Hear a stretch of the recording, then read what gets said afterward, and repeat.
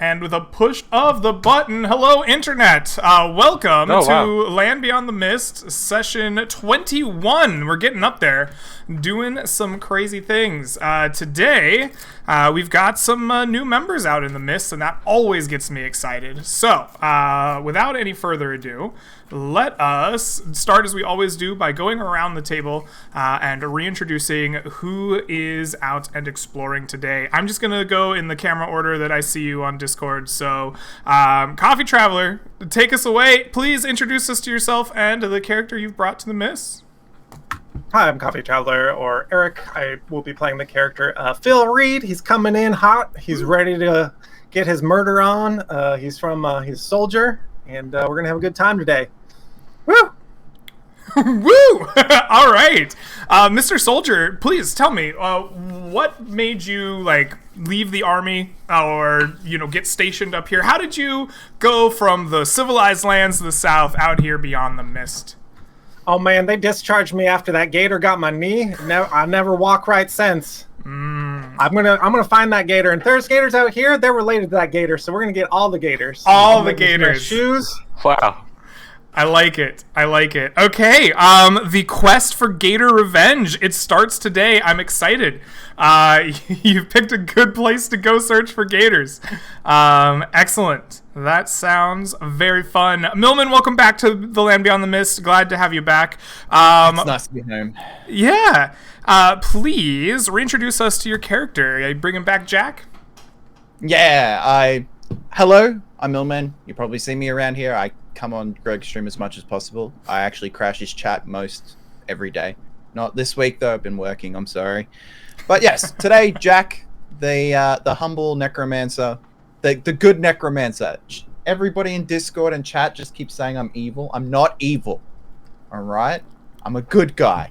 Mm-hmm. I'm turning a new leaf and turning it into some evil monstrosity to fight for the good of man. Alright? But yes, I'm coming back out to the mist. I'm Is this now a level common 2. misconception that you fought here? This whole good necromancer thing. What have you done to earn such a soiled reputation in town, Jack? I don't know. They were just like, "You're a necromancer. You must be evil." Yeah, that's not a Jack thing. That's just a necromancer. I see. Okay, an unfair I'm bringing us stigma. back. Exactly. I'm bringing us back to the good side. All right? You raise one dead, yeah. Excellent. You get one dead dog back to Sally, and then everybody calls you an evil person. All right, Well, that is excellent then. I look forward to seeing you reclaim your dignity and your name in the eyes of your fellow peers. That brings us over to Darcy. You are bringing back a returning character. Please reintroduce us to Patala for those who may have missed her or forgot or didn't see it. Yeah, definitely. I'm Darcy. Find me Twitch TV says Darcy Bits. But I am playing Patala. She is a ranger who sort of fancies herself an anthropologist, studied druids, has learned some of their magic. Peek behind the curtain. I think rangers getting spells is stupid, so I designed one which had a reason to cast spells. Nice. Anyway, she's now level 2 and has expanded her ability to cast druidic magic via the ranger class. Then she's here mostly to see what's out here and document it and hopefully get published. Or publish your findings, I guess is the correct way of saying that. The ranger looking for a book deal. You'll love to see it. You'll love to see it. Someone's got to make that fiendish folio or whatever. Very nice. Patala has gone out and adventured into the mist once before. You had some interesting anthropological finds. Has that changed your views on the mist at all since your last adventure?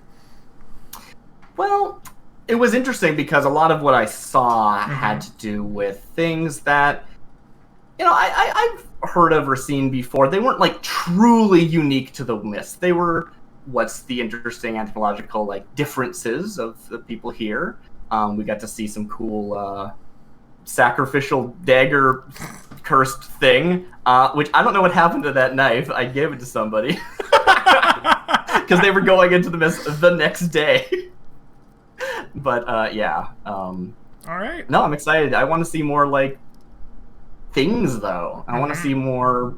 Yeah, I mean, people are cool, and obviously from an anthropological standpoint, that is important. But let's see some creatures. Let's see some beasties. Excellent. Well, we'll look forward to seeing what you find and to that book deal. Last but certainly not least, a new player to the Mist, Bertez, if you would introduce yourself and the character that you brought to the table for us today. Hi, I'm Bertez, or B. I have brought Slips, no last name. She is she was a street urchin in a city, and she had magical potential. She used her magic to do for petty crime and stuff like that. But she had found a wizard mentor found her and took her under her wing, and then got assassinated for some political reasons that she has no comprehension of. But she decided to run far away from there and end up here, where she now has talents you can use to make money. Oh, very nice. Yeah. So, what talents did you bring that are gonna earn you money? Obviously you're trying to get away from this assassination plot, but what have you done out in the Mist here? What is the talents that you bring to the table? Mostly I don't know. I have a familiar. Which, oh, by the way, it's okay if I assume I've casted my familiar before the session, right? I assume so, right? The material components 50 gold pieces or something like that. No, it's cheaper than that. Yeah, it's 10 GP, which is all the money I had. So yeah, I casted that familiar, and I've been using it to I've been using it a lot to do tricks. It's an owl, and it does tricks, and I use it for kind of busking and stuff like that. Let's see, this thing I don't know, I don't know, I've used firebolt to help people I don't know, help you light fires. Lighter? Yeah, lantern lighter. Hey, lamp lighters are very important. You got to keep those streets lit at night. Who knows what crawls in the dark? Yeah, or I don't know, or it's a lot of typical start of computer RPG stuff, help someone with their giant rat problem or whatever. I like it. All right. Yeah, hopefully, you're gonna find something out beyond the walls. Yeah, I think that's the main reason she is here, is to find stuff out beyond the walls. You escaped, but then were intrigued out in the lands unexplored. I like it. Well, I look forward to it. Always nice to have a helpful face to keep the town lit at night and free of big rats. Excellent. Yeah. So, with everyone introduced, let us start the way we always do, around the great oaken table inside the Cloak and Stagger. The four of you have come together and decided to explore westward beyond the Lizard Marsh to see what strange things may be out there. There's tales of some great forest that have been brought back, and I think that you have all chosen to go see what that great forest might be like. Before the four of you take off to do said exploration, what, if anything, would you like to do in town? Are there preparations or anything you'd like to get taken care of before heading out? How much rope do we have? Probably a sizable amount, but I have 50 feet of rope. Our good friend Jack here is hoping to catch something worthwhile that we can keep and do something with. Ooh. That seems, I mean, that's what's brought me to work with Jack here. I'm quite interested in seeing if we can get a live catch. Okay. And ropes might be good, but maybe something stronger is necessary. What are you thinking, Jack? I'm thinking a net and ropes. I'm definitely going to get us some rations. I feel like that is very important for us. And maybe another water skin. Okay, so I just want to point out that I don't care how many water skins mechanically you have as a character. They will all empty and fill the same way. So if you're carrying around one water skin or 3 water skins, we're going to treat that as if, the water mechanic is the same. Works for me. But I do need more food. My character did, use most of his food last session. So we're going to need more food, a net and ropes. Okay. I would be happy to carry anything that we're taking if we have no pack animals or beasts of burden, because we have two level 1 characters. So I don't know how we're all traveling. Yeah, how is everyone's weight situation? I have my own horse. It had a little bit extra room, so I've taken some of Slip's stuff because, I don't have a horse. Talked before the show. Yeah. But I don't know if anyone else is like encumbered in this situation. I have 17 strength, so I can carry quite a bit more. Great. So I have 50 feet of rope if you would like more rope. I have limited money to buy that with, but I imagine our starting rope is enough unless somebody like burnt all theirs for some reason. I don't have rope. I am like full wizarding pack, no rope. Fair enough. So ropes and nets and rations and all these mundane items that you're discussing are all on sale outside on the streets of Farfield Keep. There's a large outdoor market that caters specifically to adventurers as they head out beyond the mists. All of this can be found for book prices. If you need the price of any of it, let me know, and I'll give you a number. We'd probably want to buy pittons to put down a trap of some kind, or once you have it wrangled, you would want to be able to stake it into the ground or keep it around. Okay. Even if it's just briefly. It might work. I don't know if the pitton's going to hold any better, but maybe.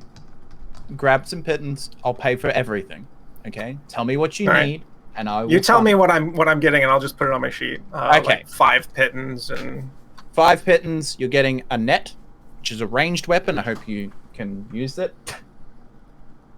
And we'll go another 50 feet of silken rope. There you go. And I've paid for all of it. I just took it off my character sheet. Going for the silk rope. I like it. Getting the fancy stuff out. All right. Of course. No, nothing less. Right? Nothing less than the best for Jack Dream River. Yeah. All right. Can I ask how your weight's looking right now? I'm looking at it. Yeah, one your second. name's Phil, I believe. Phil. It was at 129, and I need to look up the weights of the things that I'm putting on here. Okay, that puts you encumbered, right? Probably not, unless we're doing 10 times your strength. I don't know what the lightly encumbered. I mean. So yeah, so we're using the variant encumbrance rules. So 5 times your strength will get you to light, 10 to moderate, and 15 to your max. I'm not sure how that actually impacts our like travel speed. Like presumably it does, but like we also have a gnome which is walking at 25 feet, right? So I don't know being encumbered will factor into the back end, the number of hexes you travel on my master map. But ultimately I want to know whether or not you're encumbered, and that's all that you need to tell me. Great. I'm fine. I can carry another 20 pounds. I'm not encumbered. Okay, perfect. All right. Are we ready to set off, good friends? Yeah, let's get out of here. All right. Tide's burning away. So, don't mean in the game. The 4 of you gather up your rope and pittons and whatever else strange contraptions are in the minds of Jack Dream River and begin heading out westward towards the forest. So what I will need from the 4 of you is one person to act as our navigator for the party. Who is that going to be? It can change from day to day, but for at least this day, who's starting out? I've been acting under the assumption it's going to be me. Mm-hmm. I'm ranger, high wisdom, good proficiency in survival, but not in my favorite terrain yet. So let's get there. But I don't know if anyone else wants to do it instead. If anyone's like an outlander that's potentially better than what I'm doing, that kind of thing. I don't think so, right? No, I would defer. My character would defer to you in this sense. All right. So, Patala, you will take the lead and act as our navigator for at least today. What I will need from you is to declare an intended route you wish to take for the day's travel and the pace at which you would like to travel. Yes. So I'm thinking probably westward from Farfield Keep, sort of... What do we like... If I'm just in the keep and I'm looking out over the fields, can we actually see like the marsh and the fort at all? We can't, right? I don't believe so. Can you see 18 miles through largely flat land? I don't. On a clear day, you can see like 50 miles. I don't think so. Not on. Not in my experience, but I don't know. Maybe it's possible, but like I don't think that that's something that you're just gonna like eyeball at the So window Patala's of the working tavern. off of this map, which is not accurate at best. There's probably a better way of saying that, but you know what I'm saying. It's a bunch of hooligans wrote on a table. But anyway. Note, humans can only see 3,000 miles in any direction. Even with it like flat, you can only see 3 miles. There you go. Oh, 3 miles is a lot different than 3,000 miles. 3 miles. This is saying is like as far 12 as the miles, human so anywhere eye. from 3 to 12, depending on like the Okay, everything so- that you're looking at. Yeah. So Cool. good to know. Answer no. Based on this map, I'm going to try and take us a little northwesternly to angle between where we're seeing that fort and that manor. Okay, so you want to straddle the northwest portion that of is the swamp. intent. All right. And we'll see how it goes. Excellent. So, what I would like... Oh, I want to know what pace your party will be traveling. I'm thinking medium, unless we get any objections to that. I don't know how slow is, but it seems like maybe too slow. So let's... All right. You will go at a medium pace. So, what I would like from you is a navigation check. As you are leading your party northwestern through the swamp, your DC will be 10. You pass marvelously, easily leading your way through the pastures, small towns, and little roads, dotting the outskirts of Farfield Keep. Some 12 or 18 miles worth of travel happens, and eventually you find yourselves in the northwest portion of the Lizard Marsh. The nice pasture lands begin to grow trudgier. The grasses fade away to more of these ferns and muddy, like, swamp lands. The mud soaks into your boots and tries to pull you down. There's begins to be standing water everywhere, and eventually the kind of trees and larger brushes of the swamp come to meet you. Tell me, as I roll up your... Marshy, that's far north. Interesting. Very cool. As you are getting your encounters rolled for potentially today, tell me, what is your party like as you are traveling outside of Farfield Keep, some of you for the first time, and are being met by this now dangerous terrain? I would say that Phil's probably on edge as we're getting closer and closer to the swamp. Hey man, are we headed that way, or are we headed past that way?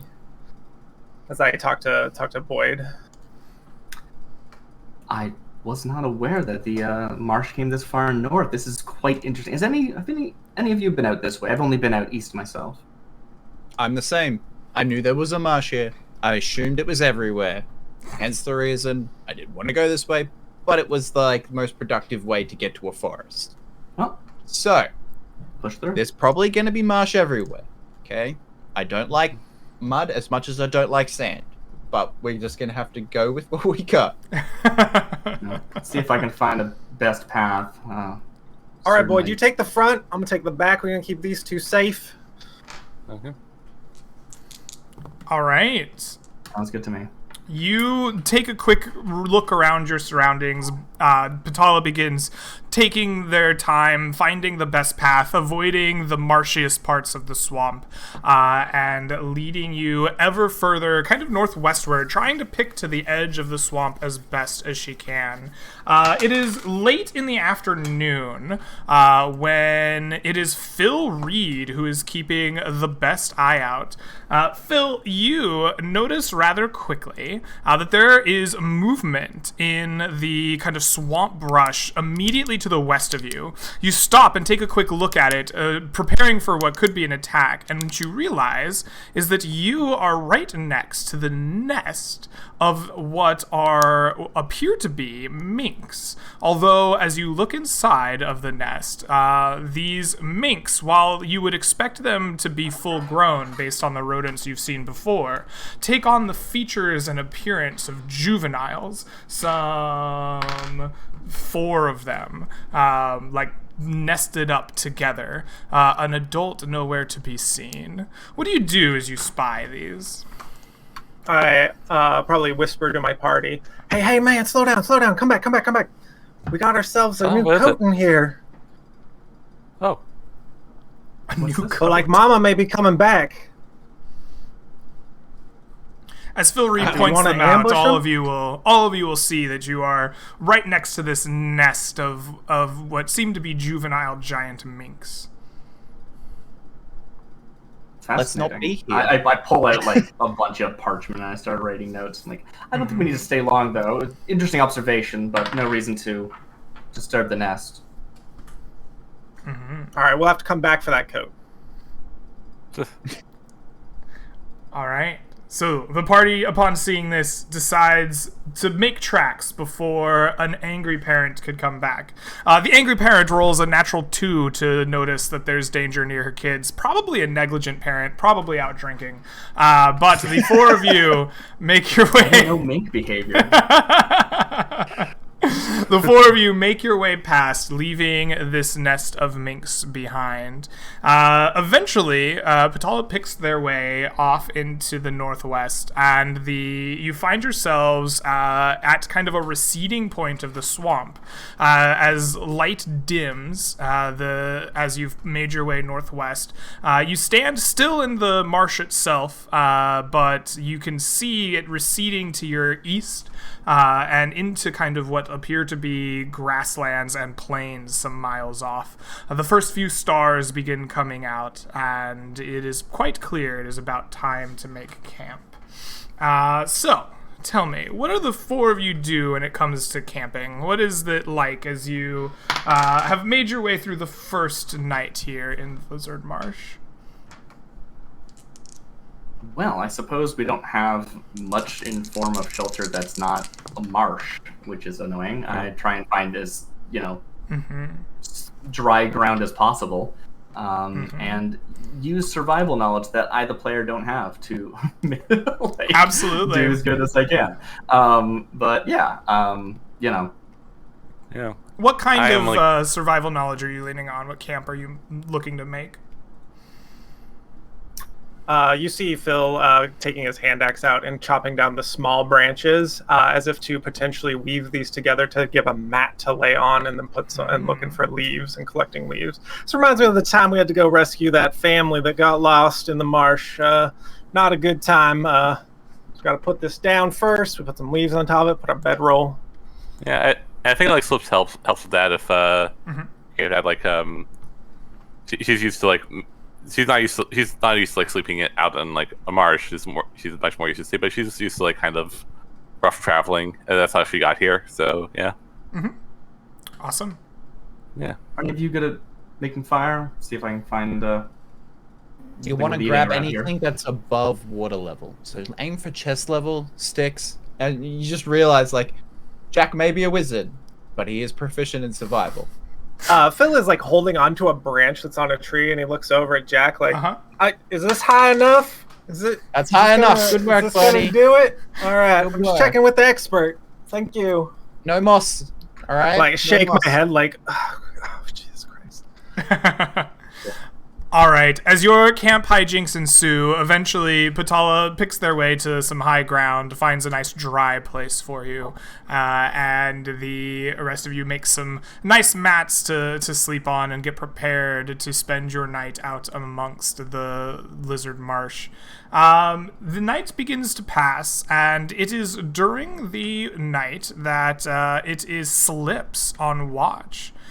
Slips, as you are taking watch, whatever it is you're doing as you're taking watch, you are distracted after about an hour in, as there is a loud buzzing and thrumming sound coming from the swamp area immediately underneath, where Patala has found some high ground for you all to rest on.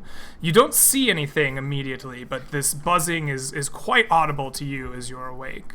What do you do?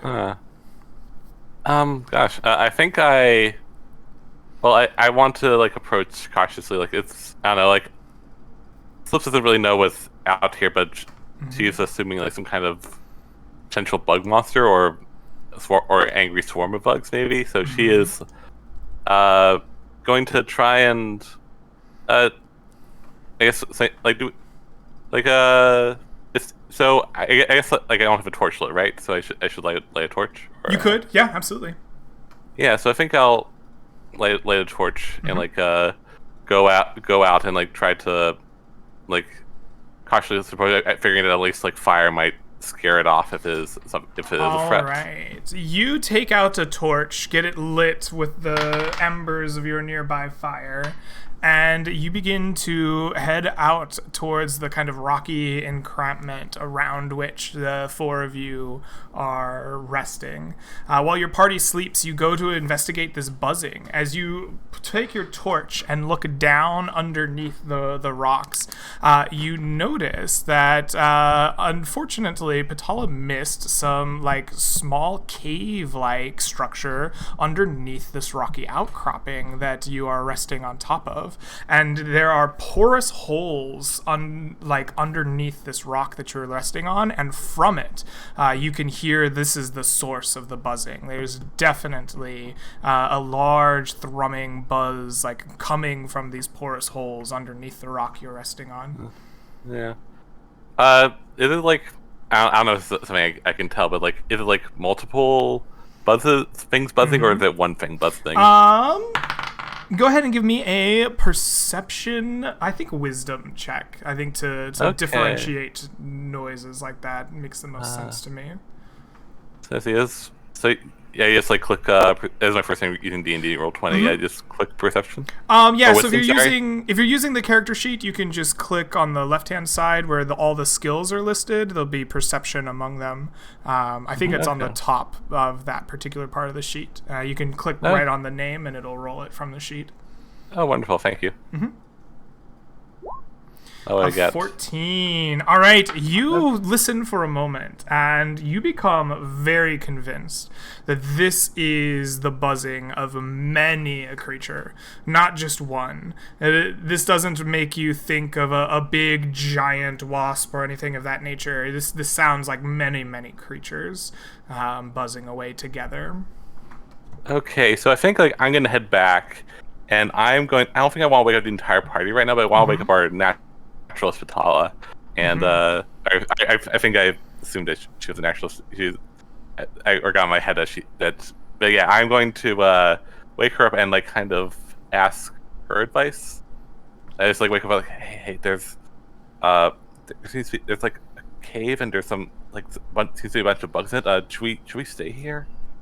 Sorry, it seemed important. Oh. Sorry, I didn't explain this. That was the intent. Keep everything else away. Just don't disturb them. Okay, yeah. Well, I'll watch out. Yeah. Okay. Sturges are lovely creatures. Okay. Back to sleep. Okay. Yeah. Once I watch this done. Okay. And I think I'm just gonna like sit around like be nervous, but not actually like, but like try to like I don't know. Basically, what I've been doing is I've been like just like cutting sticks with my dagger, not to actually make anything, but just to like focus on something else besides the buzzing. Absolutely. Well, you are assured that these sturges are lovely creatures, and that Patala came here on purpose to keep them away. Let us see how accurate her knowledge of sturges are this night. You go back to nervously, trying to focus on something other than the buzz around you. And sure enough, after a few minutes, probably 10 or 15 from the point you woke up your friend, the sturges come erupting out of the caves underneath you. There are 14. No, am I doing math correctly? There are 12. I can math. I'm an accountant. There are 12 sturges that erupt out in this like first wave, flying up out of the caves around you. But sure enough, leaving you and your party alone. They go flying out towards the grasslands, it seems. And after some time, the buzzing comes to an end. So is a sturge like a giant wasp or like a sturge? Imagine a mosquito, but like the size of a bird, like a hawk-sized mosquito. Okay, yeah. So like, Sylph has never seen anything like this, and she is like, oh, she's like not like she's like not like running away, but she is like not. Girl. Yeah. This is like very yeah. She is like, this is. I should never come out here. It's a bad idea. All right. Sure enough, your watch eventually comes to an end. In the final watch of the night, it is Patala. And as you know, it is getting closer to dawn. The last bit of night is waning. Your final watch is coming to an end. You hear this buzzing coming from the distance around you, towards the not around you, but from the grasslands. And eventually, you will see a great swarm of 12 sturges buzzing their way back towards this kind of rock structure that you are resting on in the night. What do you do when you see these creatures coming back? Mostly I take out my parchment and I see if there's anything different about this like local variety of sturge. I assume they're like, did they just gorge themselves, or are they like actually like carrying a kill or something? They are not carrying a kill. You did not see them leave, but they do most definitely to your eyes seem engorged. I was definitely tempted during my watch to like go investigate the caves while they're gone, but I decided probably I shouldn't do that. Okay. As much as I was like really tempted to be like, what can I find? Sturges are kind of a pet interest. Wink, wink. I'm gonna eventually become a ranger with a beast companion. And they are a legal choice, which I haven't decided if I'm going to go with or not yet, but they're pretty cool. Note to self, don't trust the bug lady. Hey, I was right.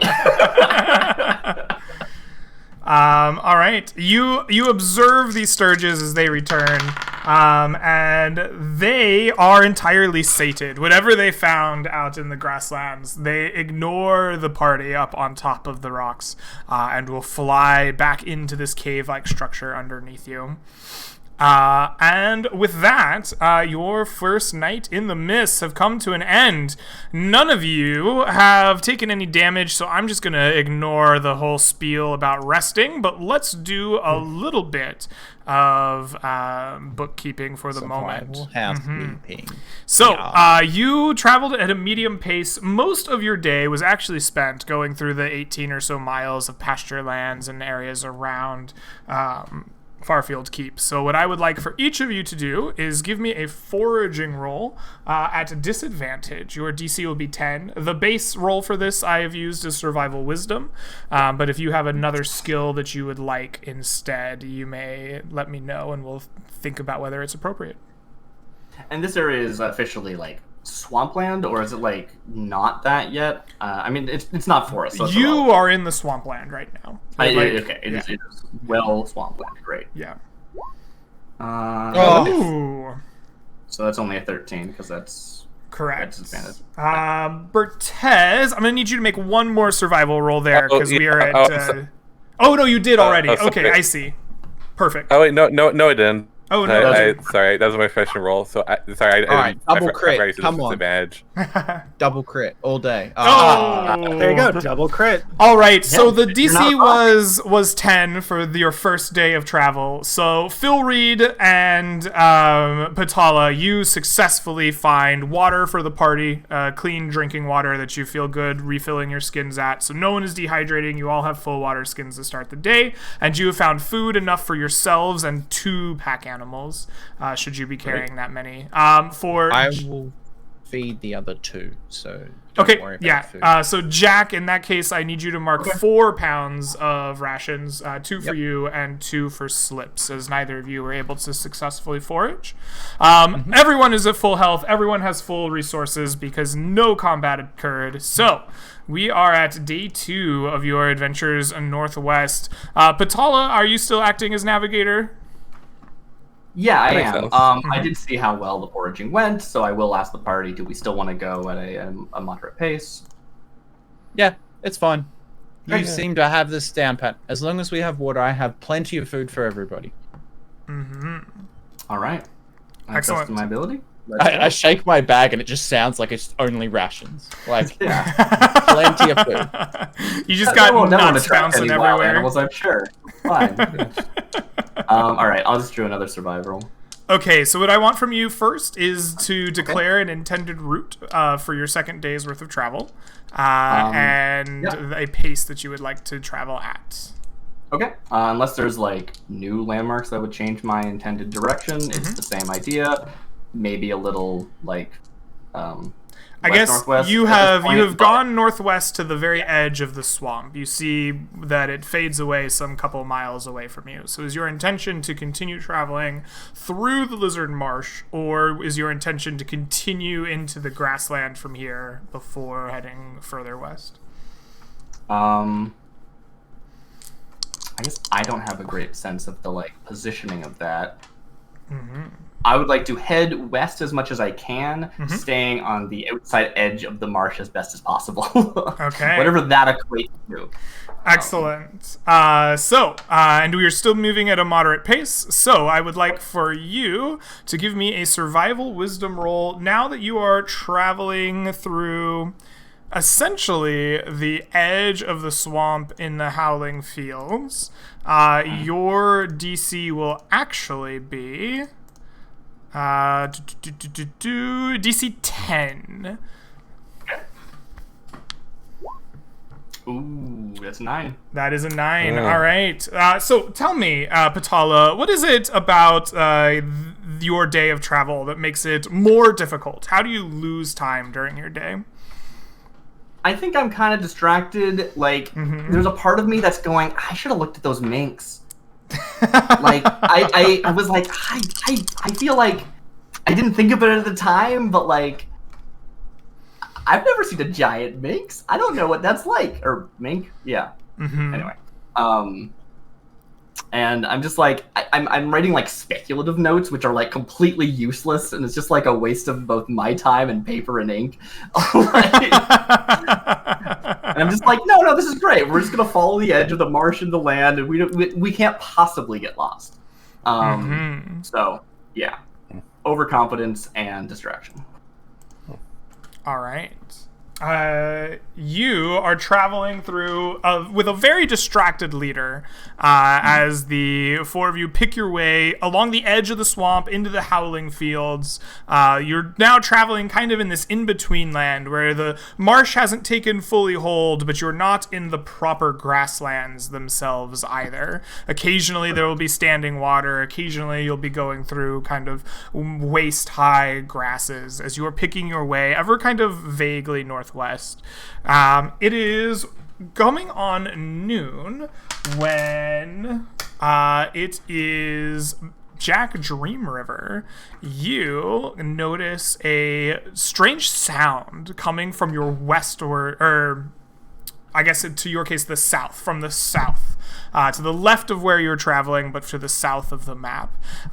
You hear the sounds as you're traveling through of like splashing. It kind of reminds you of the sounds that like children make when they splash about in like the local pond or rivers near Farfield Keep. What do you do as you hear this?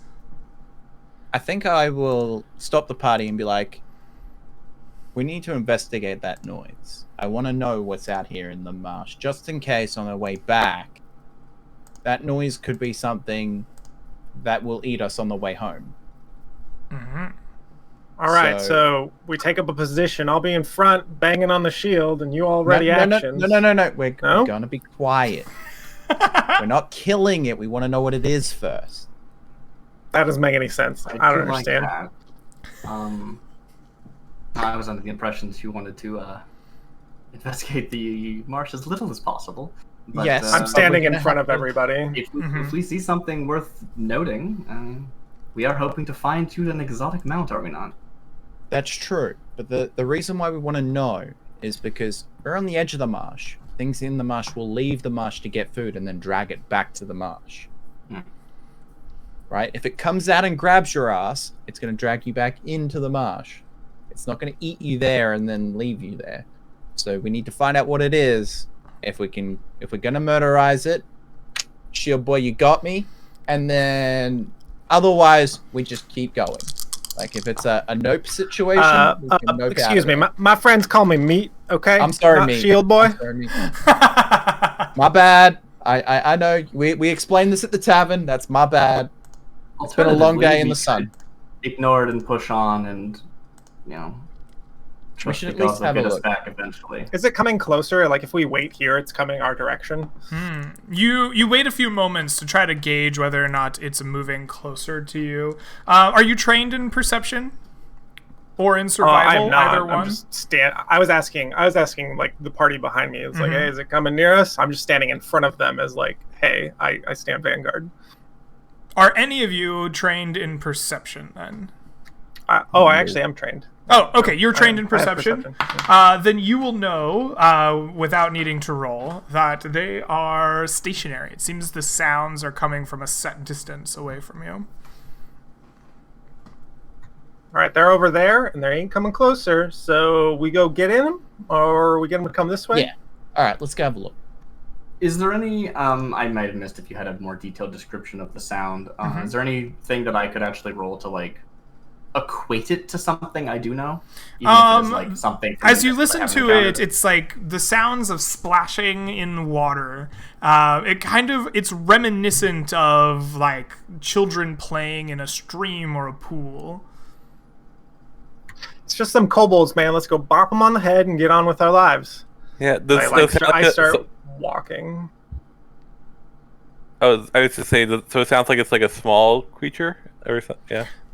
Maybe hard to tell from this distance if it's imagine. truly a small-sized creature, but this is the kind of like splashing in water sounds that you're familiar with, I suppose.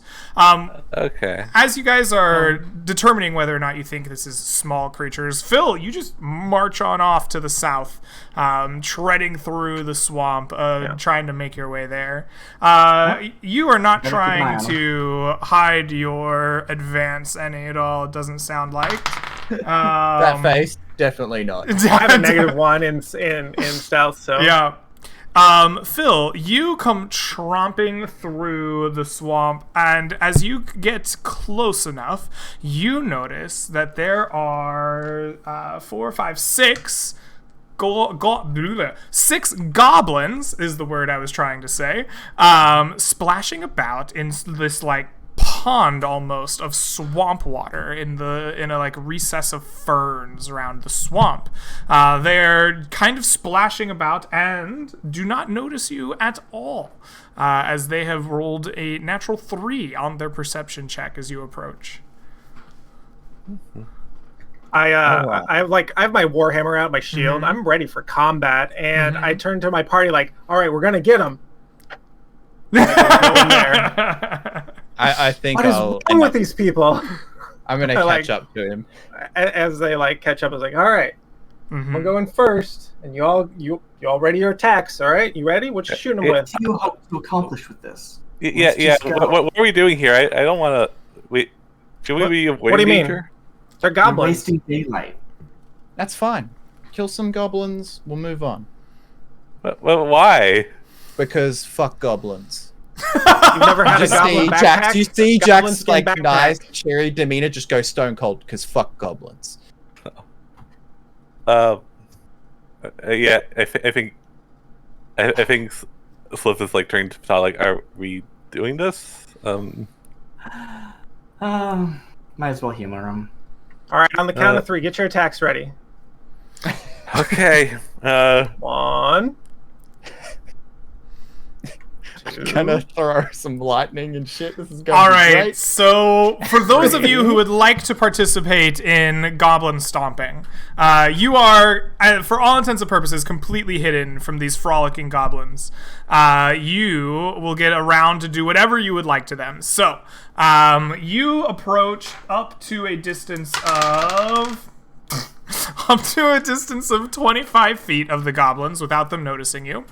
They are very intensely frolicking, it seems. And you tell me what you want to do. We'll start with Phil. Phil, what is your action as you surprise the goblins?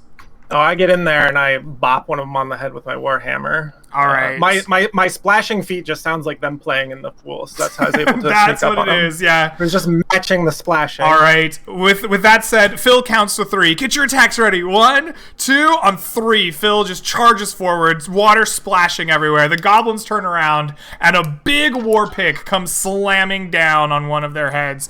Please roll to hit at advantage for me. The 22 will definitely hit a goblin. Go ahead and roll me some damage for 6 bludgeoning damage. Let me double check goblin HP real quick. As I have lost the plot on my monsters. There we go. Nope. What is wrong? Oh, because I'm in the wrong... that would explain it. Goblin HP.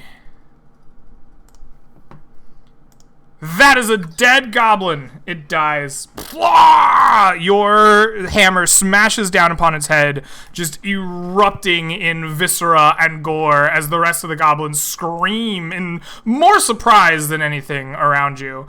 Jack, you see your friend rush in and bash a goblin over the head. What do you do? I think I'm going to cast Inflict Wounds. Absolutely. Oh. I believe Inflict Wounds is a touch attack. Is so, it? yes. Let me... Yeah, it is. Wounds. Yeah. Yeah. You know what? I'll save that. I'm going to go Ray of Sickness. There you go. All right. You're going to cast Ray of Sickness at one of the creatures. Please roll to hit with advantage. 23. 23 that will definitely hit. Level 1. 9 poison damage. Ooh, another goblin falls to your pain. The second goblin sees this, like, arcing ray of pestilence, and his body, like, just drains of any vitality and moisture, and this desecrated husk just falls into the swamp. Excellent. Patala, what do you do as you see your friends rushing in to fight these poor goblins?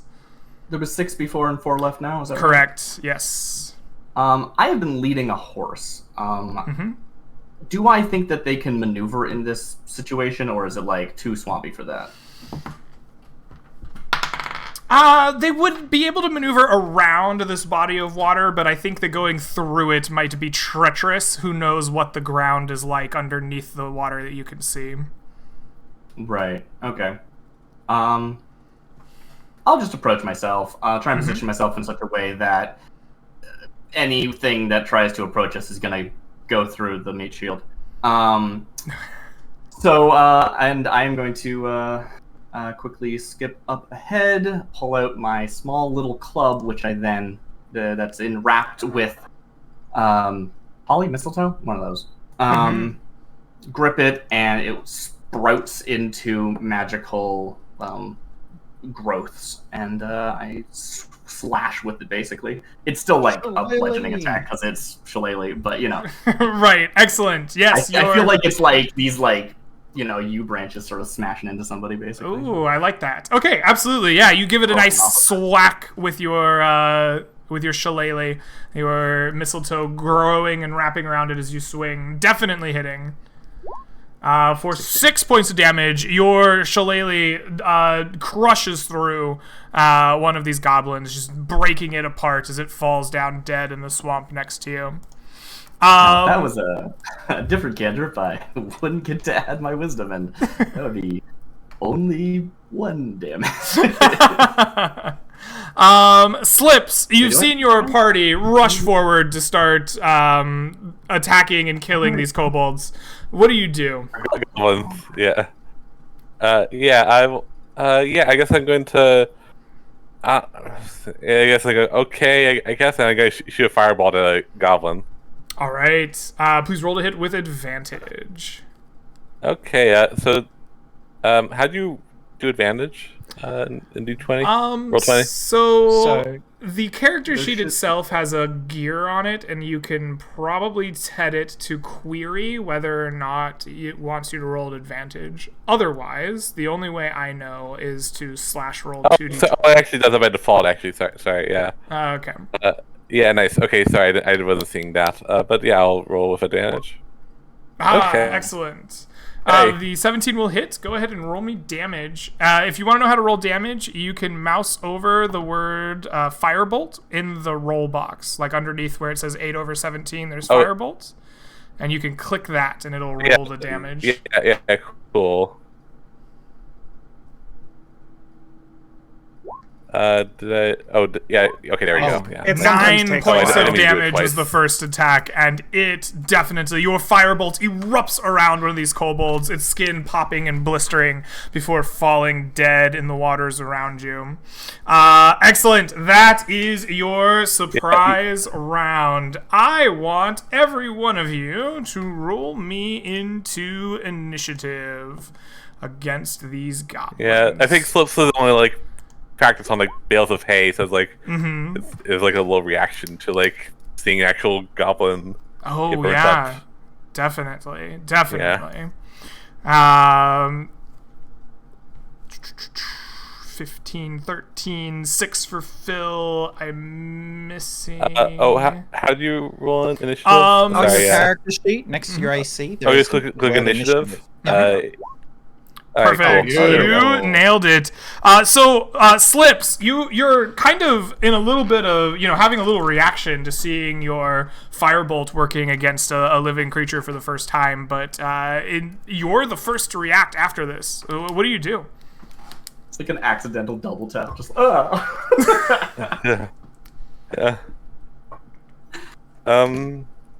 Yeah, I guess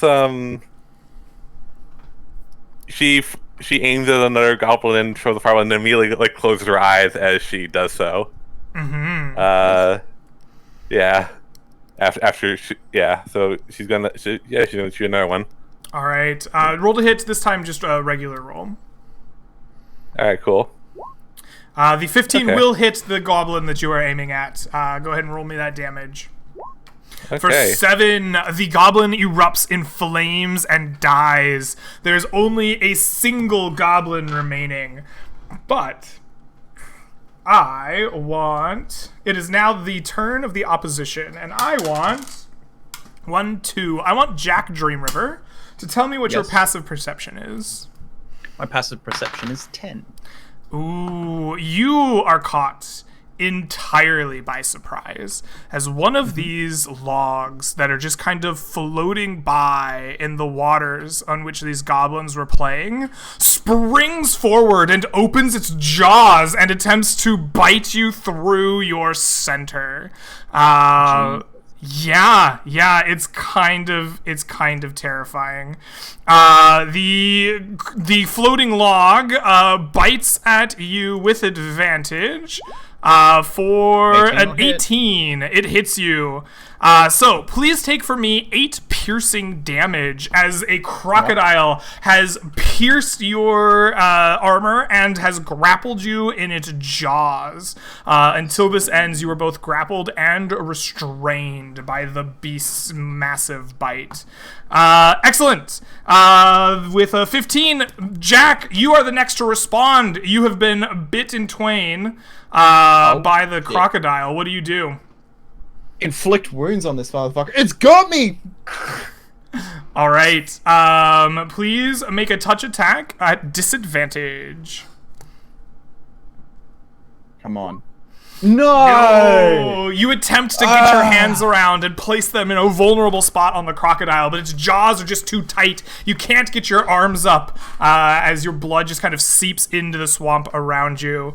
Patala, you are the next to react to this. What do you do?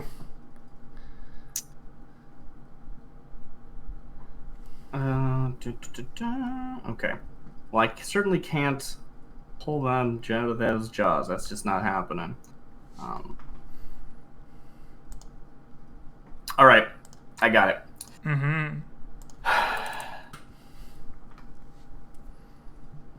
Phil, get Jack out. Everyone, we're done here. Let's go. and I'm going to help Phil break the grapple. Okay. I'm going to take the help action. You want to and assist he might him. not do it, but that's what I'm going to do. All right. How do you assist Phil in trying to like pull apart these jaws of this crocodile? I think it's similar to like how people normally do help, where it's like I'm going to harass them in a way that like it makes them so it's not a full attack. It's like a battering that is not intended to do damage. All right, you attempt to distract the creature with a flurry of kind of soft do it in blows. a way that a survivalist would probably do, the one who's smarter than me. I have no you give idea. it a little jaw tickle, poke in the eye. I personally have not seen enough. All right. nature documentaries myself. Perfect. But yeah. All right, Phil. There's one goblin left. It is like too surprised to do anything. One of your friends is trapped in some crocodile jaws, and your friend is like trying to assist you to like distract it. What do you do? Phil thinks to himself, this is my moment. I'm gonna get this croc, and we're gonna get you out, buddy. And he goes like he drops his warhammer, which has a sling around his wrist, like a Wii remote, and he takes his hands out and goes for thumbs to the eyes as he's wrestling with it. And you're gonna try to pry your friend free? I don't know if you want like athletics for that. I would like the alligator. I think I would like an athletics strength. This sounds like you're using your mighty muscle to pull the jaws apart while giving it a good eye gouge. Yeah, with the help of my buddy, do I get advantage? Absolutely, yes. The 24 more than doubles the DC of the crocodile's jaws. So you rip them open and give Jack just enough time to wriggle free from them. Slips, you see your friend like rip open the jaws of this crocodile so that Jack can get free, and it is your turn. What do you do? I heard the message that we were done here, and I am taking that message, so I am going to. Well, I'm not gonna like just run, but I want to like start heading out in such a way that I can like still come back if if this crocodile like lashes out again. All right, you begin retreating, using your movement to cautiously pick your way out of the swamp, but making sure to not completely leave the area of the battle. Excellent. Yeah. With that, the goblin begins leaving the swamp, and it goes to the edge. It begins picking up its clothes and its weapons, and that is its turn for now. It's less concerned than I thought it would be. Oh, it's doing so in a panic. Get out of here. I can take my time. I'll take my time. Come on, don't rush me. It has little tiny goblin feet. But the crocodile is still around, and it now has 3 targets in front of it for which to bite. One is bleeding, so it will... Ooh, it changes its mind, actually. I guess Jack just didn't quite taste good. It wants some patala in its mouth now. It lunges towards you after all that like jaw tickling you did, and attempts to bite at you with a 20. Oh. I assume that will hit. That'll hit me, yeah. Yeah, okay. Patala, please take 7 piercing damage from the bite of the crocodile, and you are also grappled and restrained by the jaws of the creature. Great. Excellent. Jack, you've just been freed from the grasp of the crocodile. You are bleeding, but now your friend is caught. What do you do? I'm going to kill that goblin. No goblins left alive. Ooh, okay. So while he's distracted, he's got his back to me. Mm-hmm. I'm going to kill the goblin with a ranged attack. I'm thinking Ray of Frost. Ray of Frost. All right. The goblin is distracted, but is still aware of your presence. Just go ahead and roll to hit normally. Yeah. The 22 will hit. For 8, the goblin is dead. It freezes in place, little bits of it breaking off like icicles in the swamp as it dies. Perfect. All right. Excellent. That brings us to Patala. Patala, you are grasped in the jaws of this mighty crocodile. What do you do? Well, not all that strong. So we're gonna try something stupid. Because that's the best thing ever to do. I'm gonna cast Speak with Animals. Okay. Yeah, so Speak with Animals does not have any material components, which is good, because I can't use a focus as a ranger. So I suppose it's some sort of, like, low rhythmic singing or chanting or something. I'm not entirely sure. Say la la la. And nice. I will cast that and start to, like, hey friend, let go. Stop it. Silence food! Why are you talking food? More dying! You got it all wrong. Goblins are over there. We're not goblins. Food is food! Alright. Excellent. Is a rock food? Is a tree food? Crocodile philosophy. Crocodile knows not of rock and tree. Crocodile no food. All right. Well, good. That was a good use of the spell slot. Awesome. Phil, you see Darcy chant for a brief moment and begin, like, snarling like a reptile out at this crocodile. What do you do? Phil thinks to himself, we gotta not be listening to whatever Patal is saying in the future. Not a good look for the team. And Phil's like, all right, I know what to do here. It's hammer time, so we'll bring that hammer down. All right, please roll to hit on the crocodile. Oh, a 13 against crocodile AC. That probably hits, but I want to double check. Animals have fairly low AC, so maybe. They tend to, but you never know. AC 12, yep, you do hit. Nice. For 10 bludgeoning damage. All right, you smash this crocodile. Your hammer, like, takes a bit of it, one of its, like, legs with it. You see it, like, hanging broken in the water. The creature is clearly bloodied, but it is not dead. I would also like to then put myself between the croc and Jack. Okay. To protect Jack as much as possible. All right, excellent. You step in front of Jack. That brings us to the top of the round. Slips, you backed off a little bit during the last round, but now Patala is caught once more in the jaws of the creature. What do you do? Could I get to the crocodile in this round? You moved back. I think that you, in order to melee, in order to, like, get in touch with the crocodile, I think you might have to double move because you used your kind of movement last turn to back away from it. I guess I could use my familiar, but it hasn't been out yet, so I don't think is. It takes, like, an action to like bring out my familiar, right, Darcy? Yeah. Yes, yeah. It does. Okay, yeah. So. I guess I just shoot. I'm just gonna shoot a fireball at it or firebolt at it. Okay, absolutely. Yeah. Go ahead and roll to hit with your firebolt. Is the crocodile considered submerged? The crocodile is not considered submerged at the moment. Awesome. Okay, cool. Yeah. That's why I was thinking like fireball might be the best option, but yeah, let's go for it. Normal roll. Okay, the 9 will not hit it. No. So it just like flies off like next to it, or Sure, yeah, we can call it that. You trying to aim at just the crocodile, making sure to shoot wide of Patala, and unfortunately you just fired too wide.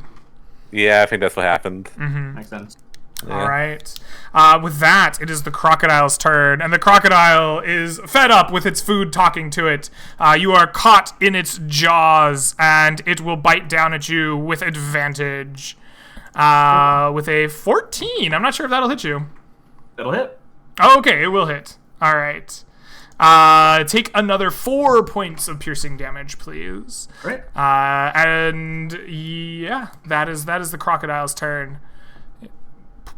Perfect. I think it's only fair, since you were telling us when your monsters are bloodied. I am now bloodied. Ah, okay. It seems only fair. Oh, in that case, I'm hanging on by a thread. Oh yeah, we knew that. Yeah, everybody knew that. Excellent. That's why I wasted a round getting you out of there. It was way more important. All right. That brings us to Jack. You successfully done some kobold murdering, and now Patala is getting bit down on harder by the crocodile. What do you do? All right. Ray of Frost the croc. All right. You Ray of Frost the croc. The 21 will hit. For one point of cold damage. You see that scales begin to like frost over. Its movement slows ever so slightly, but it does not fall in combat. All right. And with that, Phil, what do you do? Oh, baby, I'm bringing it home. It's still hammer time. It's always Did hammer I get time. this, or am I wrong? I could be wrong. The 13 will hits. hit. The 10 will hit. I think I did skip you, Darcy. I'm sorry. It's fine. I was just gonna give help. Okay. I was gonna do more banter, and my banter would be distracting. Well, that's exactly what happened. Please Continue to tell talk us. to the Yeah. crocodile. Tell us what you said to the crocodile. You're just gonna die here. You should really pick your fights better. All right. Goblins are food. We're not. That's a hammer. The crocodile gets distracted with you. It was like, no, food, silence, you talk too much. And then the hammer comes crashing down upon it, silencing any further speak from the crocodile as it floats up dead in the water. See? That wasn't so bad. I'm saying as I'm like bleeding profusely from the rib area. Like, it wasn't that bad. Yeah, so it's like, yeah, no, it's fine. Oh yeah, it's great. I pick up one of the goblins that died to Ray of Sickness. Look, I can get like half a backpack out of this one, and you see him stuff it into his bag. You know, you don't want that one. We're eating the crocodile. So the goblin, even though this one was desiccated by Ray of Sickness, will still weigh about 35 pounds. All right, I'll put him on my sheet. Okay. We'll see if it makes me encumbered. If it's not. Okay. All right. I will add that into the rolls for traveling. We have still not encumbered. Party. Oh, still not encumbered. Oh, I see. Never mind. I'm pretty sure you're encumbered. Maybe my character sheet's not set correctly, but it says weight in black rather than in yellow go or to red. This little The cogwheel, and you then say you- we're using The what type of variant. encumbrance? We're using variant encumbrance, and we go back to your core, and we see. But the problem is, Oh, I'm heavily encumbered then. Yeah.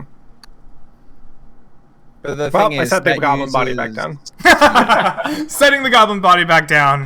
Deciding you don't want to be encumbered. No. All right, help me get this crocodile on shore. It's food. Yeah, we can't waste any of this.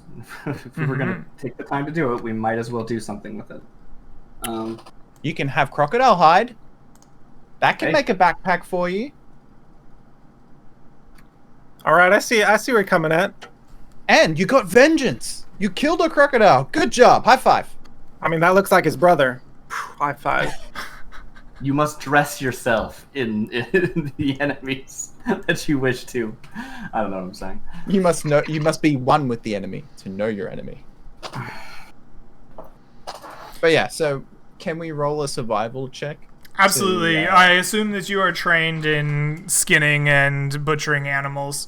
So you are cutting them open with just a knife, I assume. I'm going to have you roll, instead of survival wisdom, Mill, I'm going to have you roll survival dexterity, as you are using your natural proficiency with your knife to salvage as much of this Can as I you assist can. with this? Yes, and you can get assistance from Patala as you So work. it's what I roll plus 1 because Okay. my dexterity is higher than my wisdom. Okay, perfect. While folks are doing it, I kind of, this might be in my need of me, but I kind of want to see if like the goblins had anything of That's big brain. value Mm-hmm. to make killing them worthwhile at least. Yeah, absolutely. As you look over the goblins, mostly what you find is clothes, like ratty, tatty goblin clothes. You find some old weapons and some shields lying about, all sized for goblins.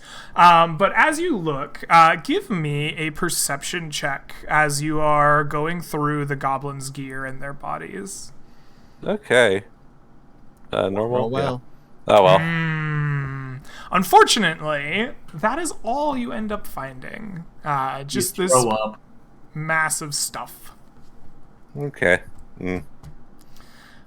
All right, Jack, you have very successfully butchered this animal. You can get one full crocodile hide from the creature. It weighs 5 pounds, but you can craft with it as you see fit. And you can also gain... Well, you're not going to get 10 rations out of one croc, so roll me a d4, and we'll see how many rations of like usable meat are on this croc. Cool. 1. You can get 1 full 2 pounds of rations from the croc. Something. Okay. I hand the hide to Meat. Here you go, friend.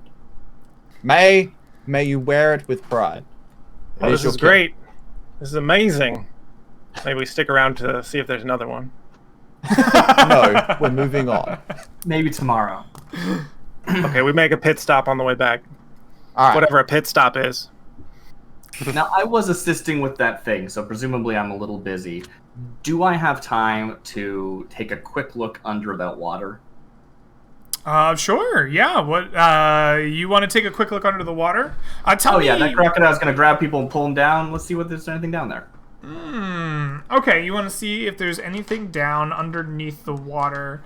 Yeah, it's not so much that I think that the crocodile has some gold in their jeans or anything, but, like, you know, there might be something that died in that pool. Absolutely.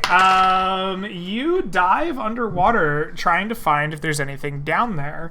Go ahead and give me a perception check as you are down underneath this swamp, holding your breath. 16. Excellent.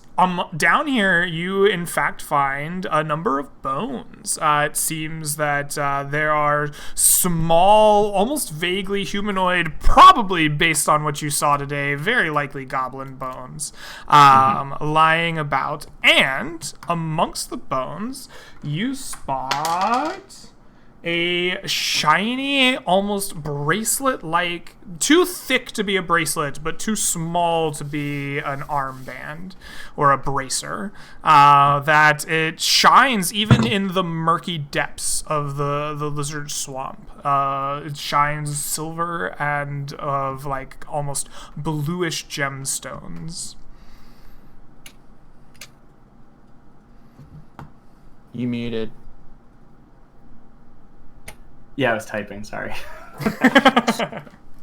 Yeah, the bracelet, silver, bluish gemstones, is that right? Did I get all that? Mm-hmm. Okay, cool. I pulled that out, and I'm quite happy with what I found. If there's anything I can, like, if I could, like, I'd probably also, like, scoop up some bones just to, like, get a better look at them in the light and be like, yes, goblins, I'm right. You know, you gotta check the, like, diet. Right, yeah, as you pull the bones up into the light, you can very clearly identify them as goblinoids. Yeah, which was important because there was a part of Patala that was thinking maybe there's, like, some sort of, you know, mutually beneficial thing going on here. There's, like, a symbiotic relationship that I don't understand. But no, they just eat the goblins. They're just, I guess, trying to not scare them off from their playground or something, so they're gonna wait for them to be leaving and then nab one or something. Or I mean, they were waiting for when they get close and they thought that that Phil was a goblin or something like that. I think we were scaring off their food. Anyway, we didn't get a fresh kill, right? You got to have your fresh food, not this stale food that's been laying on the floor for a little bit that gets all dirty. You don't want your food to get dirty. Oh no, of course not. Anyway, so Patala is musing theoretical about hypotheses regarding its, you know, anything that she can discover that might be different. 2 things as well when you're done. 1, how much does the crocodile hide weigh? The crocodile hide weighs 5 pounds. Great. I am encumbered. Okay. My character sheet is now set correctly. It was not set correctly. Sorry about that earlier. No worries. No worries. I will mark encumbrance for our overland traveling rolls. Cool. I share this with the party unless we have a way to carry more weight. Oh, I can carry it if you want me to carry. I'm at limit, I believe. You are pretty maxed out. You might be able to. I don't know if I can get to like under encumbered. It's probably going to just be that. Yeah. I think it's what 75 for you to be. If it's 75, it's never getting there. Yeah. Okay, that's right. It'll be fine. Just carry. It's totally fine. Perfect. Yeah. Perfect. Time is the thing that we sacrifice here. Mm-hmm. All right.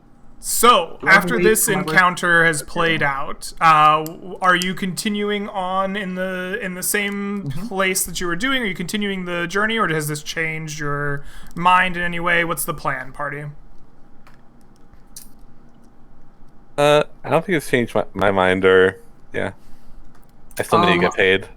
I want to quickly find some place that we can take a short rest, and then absolutely probably get on out after there. But you spend 10 minutes. Get a breather after that. It was pretty. You find you get yourself away maybe from the water. From the watering hole. Mm-hmm. You spend 10 minutes. You get a nice opportunity to eat some rations, catch a breath, maybe bind some wounds up, and all of you are entitled to a short rest. So you may spend any number of hit dice up to 1/2 of your total pool rounded up to regain HP.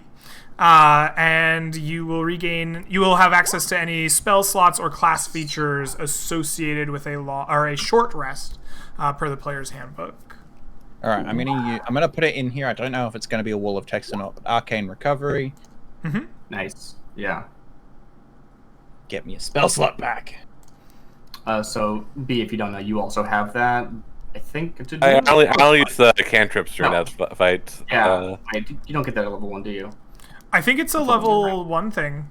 No, I have arcane recovery. I saw it on your sheets, but then I second guessed myself. No, okay, cool, I'm pretty sure arcane recovery is level 1. Yeah. Yep. Yeah. Cool. Great.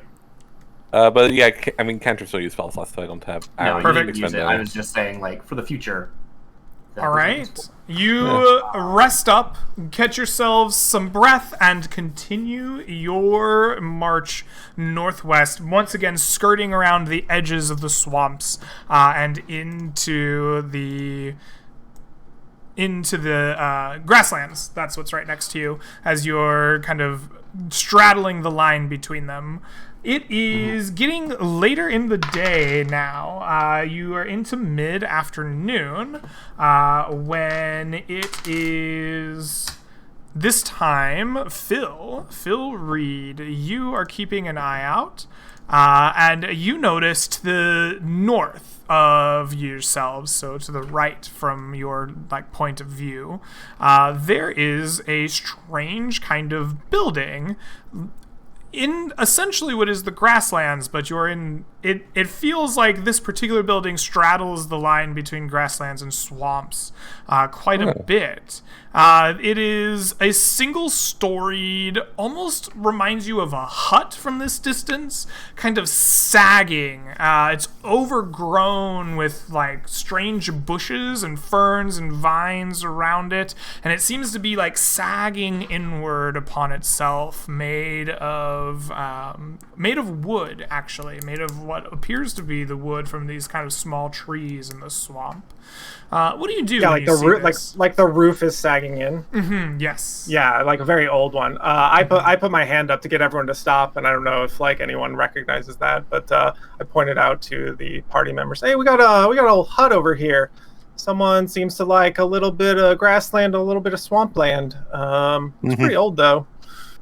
Is it around the time when we would be making camp? Or, No, you're still in the early, or you're into the mid to late afternoon at this point. You still have at least 4 or 5 hours of sunlight left of your day. Yeah. All right, I was gonna say we should probably check it out. It might be if we're gonna moth up here on the way back. I mean, I could go ahead and you guys stay back here. So if there's another crocodile, I'll be ready for it. No, I don't think we should. I don't think we should split up out here. No, but we keep like 60 feet in between us, so they can't just rush onto you. Oh yeah, okay, that makes sense. As much as I think we should push on, I would be remiss to miss an opportunity of someone living out here. Not. I think we should now, check the saggy house. Yeah. All right, y'all got my back? Yeah, I got your back, mate. I'm with you all the thanks. way. I put my fist out to my newfound friend that got me. We get the fist bump going because he referred to me as meat. He got me a crocodile skin, like a really nice one. And I tell him I'm gonna walk up there. And I'm gonna start banging on my shield, see if anyone's home. Make a lot of noise. We'll see who's around.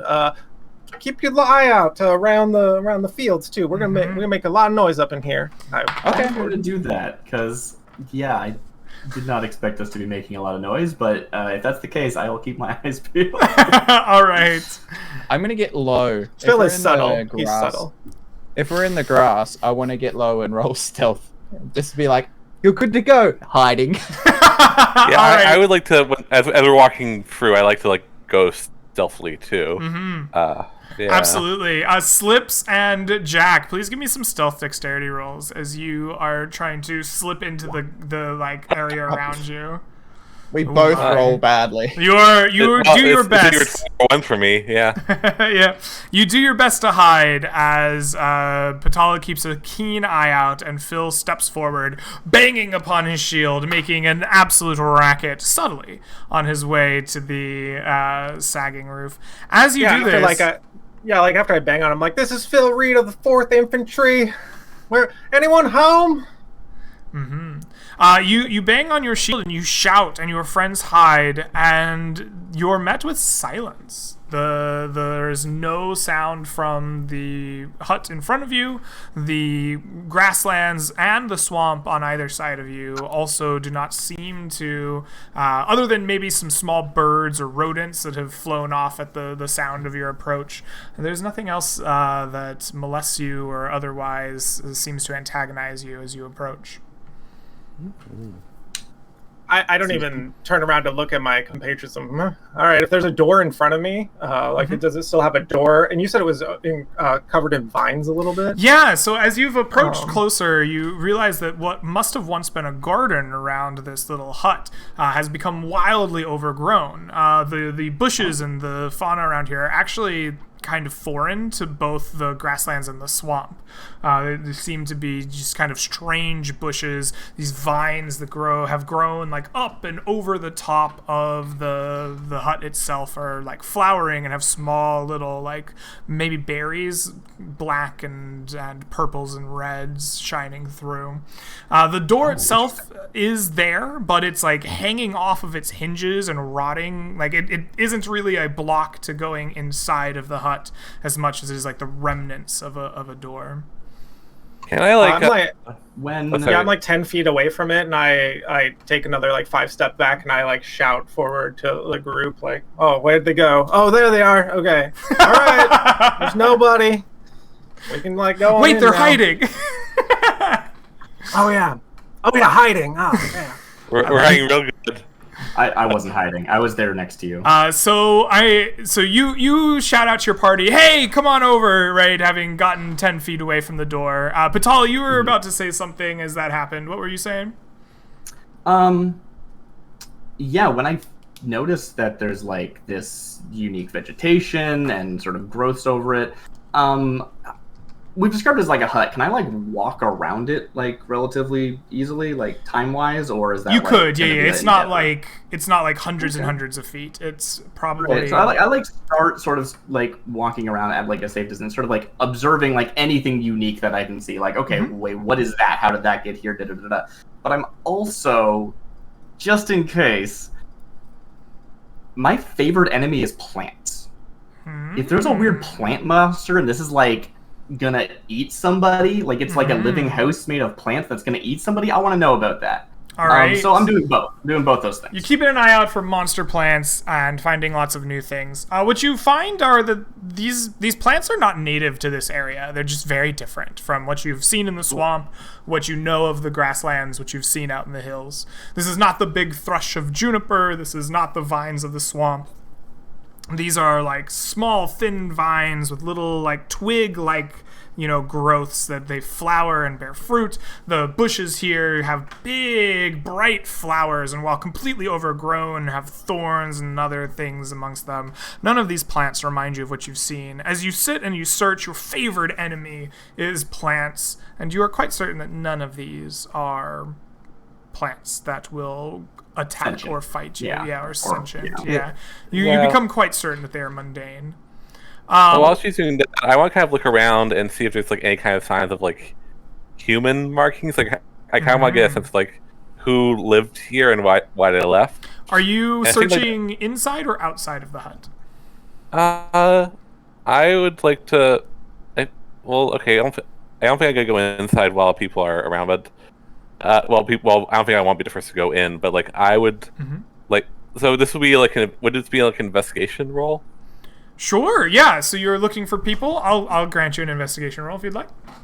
Yeah, just like looking for like some kind of like marking or like some broken pottery or something that like might say like or tools like something that say like why someone will be out here. Okay. While that's happening, can I be taking samples, or is that going to like cause a chain reaction that you need to know? You can absolutely be taking samples. Yeah. Cool. So I'm taking little cuttings and stuff. Yeah.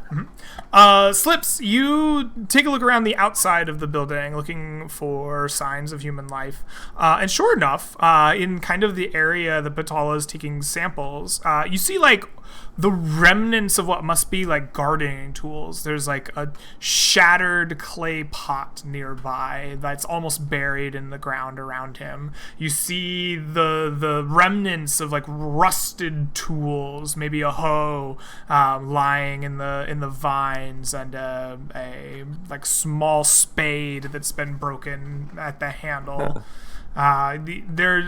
On the outside of the building, you do end up finding some odd remains, but none of them seem fresh. To your eye, they all seem rusted or old or broken. So, like, are you talking like like ancient old or like in my lifetime old, like kind of? With a 20 investigation, ancient old. They seem to have been around for a very long time. Yeah. Okay. Cool.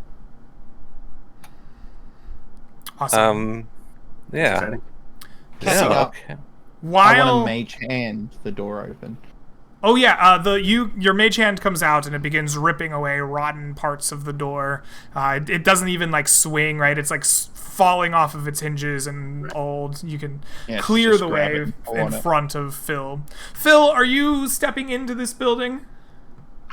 I'm looking around at what everyone's doing, and I'm like, I don't understand. So I very carefully, like mechanically speaking, take like the dodge action, like creeping. I got my shield up, my warhammer out. I'm creeping on in. I got my buddy behind me. He's cleared the way. I'm ready to go. All right. You creep your way in, and it becomes very obvious to you that the hermit or whomever must have lived inside has met an unfortunate end. As the door is ripped away by the mage hand, and as you cautiously enter inside, the interior of the hut is in complete disarray. Not only from the rot and age and march of time, but also it just seems smashed up. Like you're a soldier. You've seen what a smashed up home or a smashed up barracks looks like. Maybe even when one of your fellow soldiers got a little too drunk and rowdy. Like this clearly looks like something has gone awry inside. Nearby, you see some bones scattered around. All of them human, none of them particularly intact. The bones themselves are just as if either the body or the bones themselves have been completely displaced from each other. As you look around this hut, please give me just a general perception wisdom check to see how much of what is in here you find. Yeah, I'm like thinking to myself, where's the root cellar? There's got to be like a root cellar entrance or something. Right. I mean, it's raided, but like maybe they didn't raid all of it. You take a look around, and you do manage to find the remains of what appear to be like a small chest in the bedroom, but the chest itself has been torn open, and whatever was inside is long gone. As you look around, you aren't able to find much of value. However, in that same kind of room of the hut where the bedroom is and the empty chest, you do find what appears to be a journal. There's an old book that has been left open next to what you imagine must have been an inkwell at one point, although it is now like crushed, and there's a big stain around the like rotting wooden table that it is on. The pages of it show like words in a cramped and uneven hand written on either side of it. Phil probably doesn't know how to read, so is it any of it legible to me, even though I don't know how to read? Or... If you don't know how to read, you will recognize the way the words are shaped and the letters in it. Maybe they don't all make sense to you. Maybe you know some of the words, like I know that preposition, and like that says house, right, or whatever. But it is uncommon. Right, you even at a glance, you're like, I don't know if this looks like the stuff I see on the shop signs back home. Hey, Jack, you gotta get in here. Come on, buddy. I'm coming. Some of the... Can I step in after everyone else steps in? Yeah, absolutely. While he's calling me in, you just see Jack picking up all the bones and putting them all together. He's just like, yeah, I'm coming, just 1 second. And I'm like, scooping up the remains of the dead person because their bones are everywhere. I'm like putting them all together. While that's happening, I kind of want to, like, I kind of reach up to like Phil and like, hey, can I see that? Oh, you just like probably blaze past me. I'm standing like in the doorway. I'm like, there's like a thing here. I did some little searching. That's things for reading. Hey, I need someone. Help! I need an adult. Yeah, Patala is definitely coming over. I think she probably was asking Slips what she saw earlier about.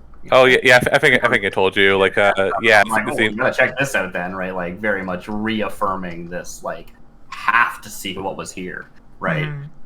Probably come in after Jack has already gotten in there, seeing what he's doing. Is like, yeah, I agree. We should definitely, see what we can learn about from the bones, right? Like. Like completely, like, there's like the necromancer angle, and then there's the like. Oh, there was nothing to do with that. Angle, right? So Jack and Patala immediately begin investigating these bones and taking their time to figure out what the deal is here. And slips in past Phil. Oh, and well, sorry. I'm sorry. I think she just has to step away for a second. Oh, okay, perfect. No worries then. So in that case, we'll leave that be, and we'll go instead to Patala and Jack here as you begin investigating these bones. So the two of you begin picking your way through them, like mentally trying to figure out what's going on. So I wasn't. I was just gathering the bones because I was going to go bury them. Oh, okay. So I'll assist if she's looking at the bones. I'm like, what are you looking for? I'll help you. But yeah, I'm just gathering. You're just going to bury them. I'm sorry. I thought you were going to pick them up and try to learn. No, I'm not evil, okay? What happened? Oh, well, I just, since you stepped away, I just moved to the bones for a second. We'll come back. Okay, cool. Sorry. Yeah, no worries. So Jack goes to like kind of pick these bones up and makes to bury them. Patala, you were gonna try to like analyze them, maybe. What do you do? It's like, I'm glad you got you. Is that the previous owner? We should find out anything we can about them. I'd like have a look. Here's the skull. Skull would be the best, probably. See if we can distinguish anything from like the bone. Of skull formations. Can we determine what creature this was? I said formation, but sure. Did I not say formations? I thought you didn't. I thought you assumed I said a cooler word, and I was like, I wish I said that. That sounds cool, whatever that means. No, okay. Yeah. Oh, you know what it probably was? Is I was trying to place. Right. I was trying to place the word for like the study of shape. I think it's called phrenology. I might have mashed up formation and phrenology together. Maybe. So you begin analyzing these bones, trying to figure out what they might have been in life. Right. Is it human? Is it an elf? Is it an orc? You're an anthropologist as a character, yes. right? So you are familiar with the study of this type of information. What is the skill that you apply to this? What is your anthropology check? Interesting. If I am to distance myself from my character, I would normally say this is like a medicine or investigation. Okay. Which I don't have either of those. Your character is an anthropologist, right? So let's choose something you're trained in. Yeah, well, I'm thinking this is a nature because if we look at like the way a ranger is designed, every check versus a favored enemy, not that that's what this is nature, even if it's a construct for some reason, right? Okay. So I'm looking at like the physicality of this. Perfect. Then what I want from you to identify this is a nature intelligence check. I think that as you analyze these with a 14, you recognize these obviously first as like vaguely humanoid, and as you as you look at these shapes, you quickly rule out elves. As you've studied the bones of elves, you've studied the bones of like the fae folk and the gnomes, and these are not fae bones. However, they're much too tall and slender to be your typical human. Either this was a particularly tall, particularly like abnormally tall and slender human. The problem with studying like a culture you don't know is you're like, is this a different creature or is this like a genetic difference of the people who used to live here? Right. I don't know which it is. It's either particularly like abnormally tall and slender human, or maybe something else, but it's definitely not an elf, and it's definitely not thick and like there's not the protrusions that you'd expect from maybe like an ogre or an orc or a hobgoblin or something like that. Right. Very cool. Thank you. Okay. Please cut to someone else. Well, all right. So the bones have been analyzed and are being gathered up to be buried. And Slips jumps in ahead of Phil to take a look at this journal. So, Slips, I assume that you can read Common and write in Common. Yeah. I didn't used to. My mentor taught me how to read. Because you can't like learn magic if you don't know how to read. Yeah. Oh, so you actually are not literate. So you know magic, but not words. No. Sorry, what I was saying is that like I wasn't literate until I started learning magic. I see. Okay, yes. Yeah. You weren't, but then you were taught by your mentor. Perfect. So you immediately recognize the journal as, common, but not the common day common. It's similar to reading like Shakespeare when it's still in its like old English kind of text. Like you recognize it, but it's weird. Like the spelling's off, and he says weird old timey things in it. But given enough time, you can decipher the journal, and sure enough, that is exactly what it is. You find here the journal of an old hermit, and the pages go on and on, kind of discussing the weather and his children that he's that don't see him anymore. He complains that they go off to the big city or whatever, and all by himself. And this hermit discusses all these plants and how to care for them, and how they need more water on this side of the hut and not on this side of the hut, and how sweet the fruits are at just the right time at the summer, and they get their plumpest. But eventually, as you're reading through this journal, it becomes clear that the hermit is like scared of something. Like there's fear creeping into his journal, and there's talk of a many-legged menace that seems to be drawing closer to his home every night. But he fears to flee his only home. He doesn't want to leave it all behind. And eventually, the journal just ends. No more. That would make sense. I'm gonna. So I'm gonna show this to. I'm not gonna hand it over to Patala just yet, but I want to like show Patala this and like see what she thinks. If Yeah. Well, the plants seem to be doing quite well on their own. Yeah. But could be still very interesting information to, if we could propagate these species, it might be actually quite a boon for the town. Yeah, I was more wondering what you think this creature is that he's talking about. Oh, it could be anything. I mean, you have 2 legs. That's more than one. But probably not that. I didn't find anything about how they died, right? I was just like, there is a skeleton. There is no obvious. Yeah, there's no obvious signs on the bones of a cause of death, right? Like you might have looked for something like gnawing marks, as if something had chewed on them, or if they were broken in some way that might indicate, cause of death. Oh, but you don't see. Did the journal have dates in it? Actually. No, the journal is not dated in a calendar or a manner of dating that you are used to or would understand. Okay. Oh, but is it though? Do we recognize something as being a no? So it's not like this day of our Lord 1484. Right. It's not a different calendar. It doesn't have anything. The equivalent of Monday, Tuesday, Wednesday, sure. Monday, right. Tuesday, gotcha. Wednesday. Yeah. Excellent. Cool. Yeah. Yeah. While they're discussing this, I step out front because I don't want us to be ambushed by something. This is all words. I gotta go. My head hurts. Yeah, you step outside and begin keeping an eye out for any multi-legged menaces that might be about. I'll cast a spell. Okay. It's the same day I cast my other spell. Do I get 2? I think I do. Yes, I do. I will cast Detect Magic. Just in case there's something cool in here. All right. That takes 10 minutes, right? Of ritual casting? It is a ritual, but I do not have ritual casting. So you actually are spending your spell slot. Nice. Okay. I am. It's been so long since somebody spent a spell slot on that. Nobody does that. Look, both of my spells I took as a ranger are rituals, and rangers don't get ritual casting. I mean, also don't need to focus. All right, yeah. So you cast Detect Magic, and your eyes light up.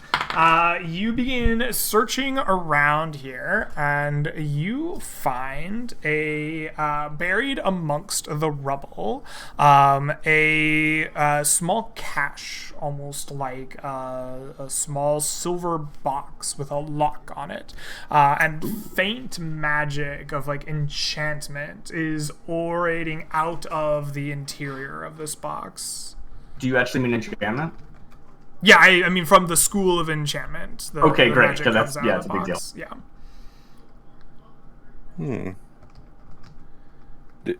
Do I see her pick up the box or? Sure. Yeah. As Patala finds this kind of cache box, you all will find it and see it. Yeah. Great. Yeah, I'll probably call Jack back in after he's done burying. I don't know if that's already happened or if that's gonna take too long. I'm gonna start doing that now. I'm burying him no matter what. It's all right. Cool. Yeah, it's gonna happen. I'm sure if you're doing that, then I'll deal with this myself. He hasn't had time to bury that yet, but no, makes sense. I just depending on if time had lined up. If I hear you talking about a box, if it's locked, I can open it. Just give me I'm busy, and you just hear him fucking around with all the rusty tools, and he's probably picking up the shovel and just starts digging. You've got this hand spade with no handle, Well, it's only bones, so I only need to make a few foot by a few foot. It doesn't have to be deep. Nothing's gonna bit I come over with my shield and be like, God, just take the edge of the shield and just actually dig a hole. Nice. I'm like, Phil, all right, yeah, you do that. Slips, we'll just set that aside, deal with it later. Are there any books in here other than that one that we found? No. If there were books, they are either lost amongst the rubble or have faded away to age. So I just start poking around for stupid, pointless, is there a bowl? Right? Stupid stuff an archaeologist would care about. So that's just narratively what I'm doing. Okay. But, yeah. The You box can has been poke set around aside so that we can deal with it when we need to deal with it, but I'm not investigating right now. Yeah, you begin poking around and trying to find your Excuse me. Stuff only I would find. Exactly. Yeah. Slips, is there anything that you're doing while this is happening? Yeah, so I was saying, like, if I have Arcana, can I, like, use it to, like, check, like, I don't know if I need to, like, do detect magic to see, like, kind of, what is, like, why someone would enchant it? Oh. So the box itself is actually, Batala will tell you, not the thing radiating enchantment magic. The enchantment magic is coming through the box. There's something enchanted inside of it. Oh. So if but it's locked, so I can't open it right now. So actually, yeah, that's interesting. Like, is it like, there's a lot, like, I imagine, like, if it's like a chain would be like, it'd be like a very old chain and be brittle, right? Or is it like so there's the box itself is not made of silver, though it seems to be painted or manicured in some way to have a silver color. And the box itself, while it is made of metal, has like a locking mechanism built into it, and in kind of just like a generic shape of like a laurel leaf or something, like a plant leaf of some kind, and then like a very obvious keyhole. Where one were to like use the key to unlock it, it would like swing open on some like hinges in the back. Yeah. Could I? So using like what I know about this person from their journal, having looked through their journal and like knowing, could I like use my investigation with that knowledge to like try and see where they would keep a key? Oh, the hidden key. Sure, you've investigated the journal thoroughly, and you had a 20. So let's see. That 20 beats a 10 for sure. There is a key that he kept in his favorite flower pot outside underneath the windowsill, just in case he ever needed it. And so Slips, you go out and maybe give a wide berth to the strange burying that's going on outside. Yeah, the necromancer's doing over there, yeah. Yeah. But you find that broken piece of pottery that you spotted during your look around, and sure enough, given some time to search around and find it, you find an old kind of skeleton key that will, you believe, unlock that box. Okay. Well, I'd like to try it if that's all right. Mm-hmm. Absolutely. Yeah. You fit the key in the hole, and sure enough, it pops right open. The hinges squeal a little bit with the rust and the age around them, but inside, radiating magic, is a small bracelet that is a simple string upon which rest 4 large beads. And the beads themselves are the things giving off magic. Each of them is about the size of probably a golf ball. And they are made of some kind of stone that has a bluish black tinge to it. The stone itself is shaped to be spherical, but is not a perfect sphere in any given location. The first sphere, in the stone work, you can see the image of like a small animal, like maybe a rodent or like a squirrel or something along just like a small animal like that. In the second sphere, you can find a small, like, what appears to be outline of a person, like a big, tall, slender person. In the third sphere, you see a barking animal, like a dog or a wolf or something with its mouth open, giving you the appearance of barking. Excuse me. And the fourth and final sphere is it's like a sleeping snake, like a coiled big snake, but clearly like eyes closed and sleeping. Yeah, I think I don't know. I guess like this could go badly, but I don't think she's gonna think about it. I think she's gonna like just put it on, just like out of like, oh, it looks nice. Mm-hmm. It probably does something cool, but I can figure out later. I don't want to lose it, so I'll put it on my arm. All right. Yeah, you slip it on your wrist, and you have these kind of like 4 stone beads that just rest around your wrist on this simple string. Okay. Yeah, I think she's gonna like, I don't know, like offhand, like kind of poke at it, see if like it does something. When you poke at it, I assume like nothing happens. Yeah, as you poke on it, nothing happens. Okay, well, it's like pretty. I don't have to like worry about it falling off or anything. I think I can just like keep it on, right? Yeah, you can wear it as if it were any other bracelet. Yeah. Okay. Cool. Great. Awesome. After some time goes by, Phil and Jack are able to bury the remains of the skeleton deep enough that you're pretty sure some random wolf isn't going to walk by and dig them up, but not so deep as to wear yourselves out. You fill over the hole and pat it down. And the party has fairly... Before I close the grave, he's going to take a minute and he's going to prick his thumb with his knife and put like a little symbol that he'll like remember, like it's his thing for being a necromancer, and put it on the skull, and then he'll be whispering to like the skull when he puts it in, and he's essentially just saying, have a good rest. If I come back, and I will help avenge you at some point and then cover up the body. Mm-hmm.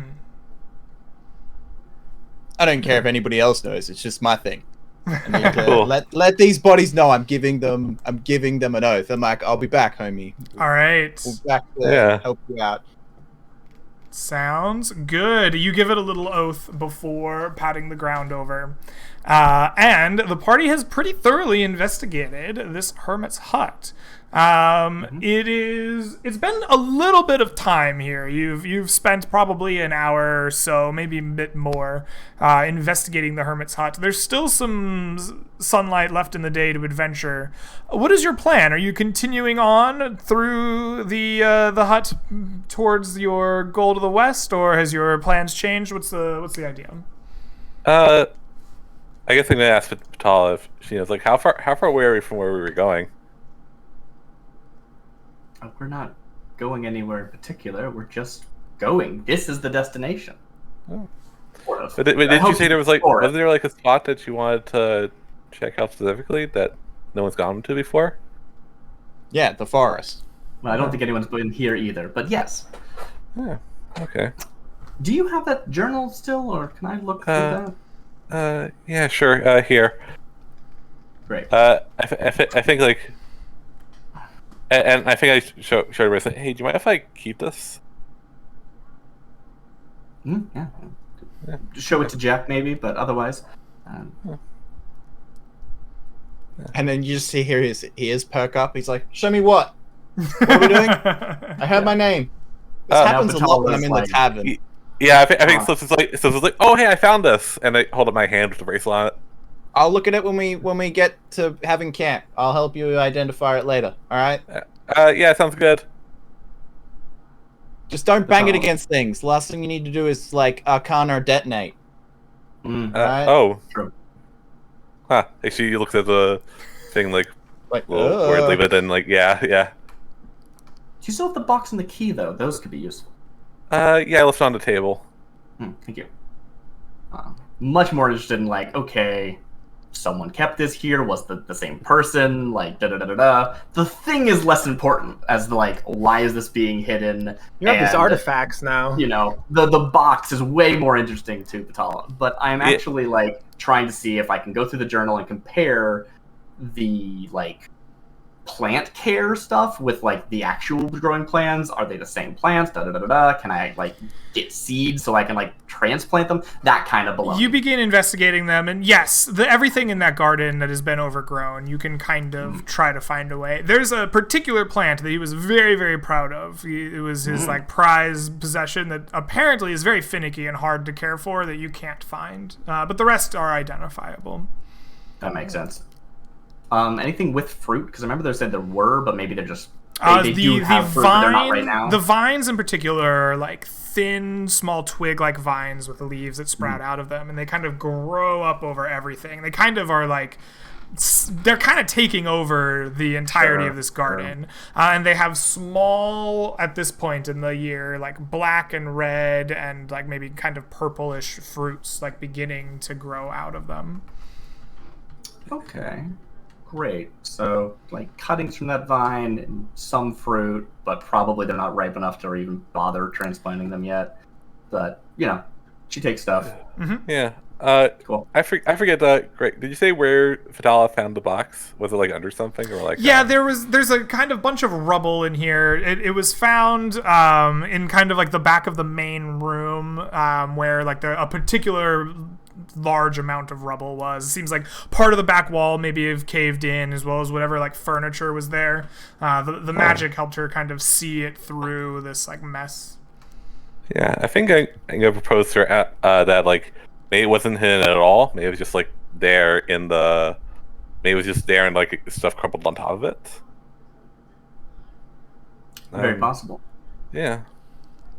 We can have this conversation on the road. Let's go! And I just like point us into the distance where we were heading before. Let's go!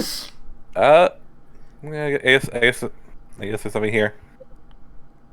Agreed. You can look at the box on the walk. It's okay. You can take it. Right. I put the body in We'll the be marked ground. on the You're not gonna table be later. You begin making your way westward and leaving the hermit's hut behind. You continue marching for the rest of your day, and nothing else is encountered along the way. Eventually, the night begins to fade. Or the day begins to fade into night. The night begins to come. The stars begin coming out, and you settle down for a camp. Let me roll for potential nighttime encounter, which does not come. And so we have reached the end of a single day in the mists. Let us do a little bit of bookkeeping here first. First of all, if you want to heal, you may roll any number of dice that remain in your pool to regain HP. You are also allowed any class features and spell slots according to a long rest in the player's handbook to be recovered. At the end of that, you will recover 1/2 of your total pool of hit dice rounded up to be used in the next day. After that, let us forage a little bit. So, you moved at a medium pace, mostly through what essentially is the Howling Fields. So I would like for each of you to give me a foraging roll at disadvantage for your pace. And in the Howling Fields, the DC for... That's the encounter table. The DC for foraging is 15. We're rolling survival, right? Yes, please. Come on, one of us has to We pass. got water from the crocodile encounter. I don't think we did. So... You don't want to drink that water. Survival, the disadvantage, all of you have failed. So, the crocodile water, unfortunately, was deemed unpotable. And so, I need all of you to mark rations, 2 pounds each, plus the appropriate feed for any pack animals. And you will wake up the next morning having found yourselves dehydrating. Please take from me 2 levels of exhaustion each. How do we mark that? Did Sorry. you say you marked all of the rations, or? I marked all the rations. Okay, I just don't want to double check those. Yeah. Great. You say so. So mark off 2 rations. Or say mark off 2 rations on the sheet there on the horse. Oh, as a party, we've spent the rations. Okay. I've already done your rations. Just worry about feeding your horse. So you need to bring fodder for your horse. And you don't need rations.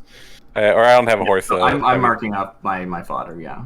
Okay. The way to mark exhaustion is you should have like a second thing right above all of your feats where you can type in exhaustion and then up it with the arrows. So, Okay. the effects of which are you all now have disadvantage on ability checks, and your speed is halved. I only need ability checks. Sorry, and it's 2 exhaustion. 2 levels, yes. Okay. So, you're going to wake up the next day and have to deal with this new problem, maybe. Maybe you press on regardless. What I would like to do first, though, is, Slips, you have spent the night with a long rest with your little beads on your wrist. You spend some time fiddling with them, and you will be able to identify them. These are beads of spells. They each one of them have an individual spell. The first bead is a bead of animal friendship, a bead of charm person, a bead of sleep, and a bead of animal messenger. Once per day, you may grasp hold of the bead and incant a trigger word, and cast one of these spells without using a spell slot or needing to know them.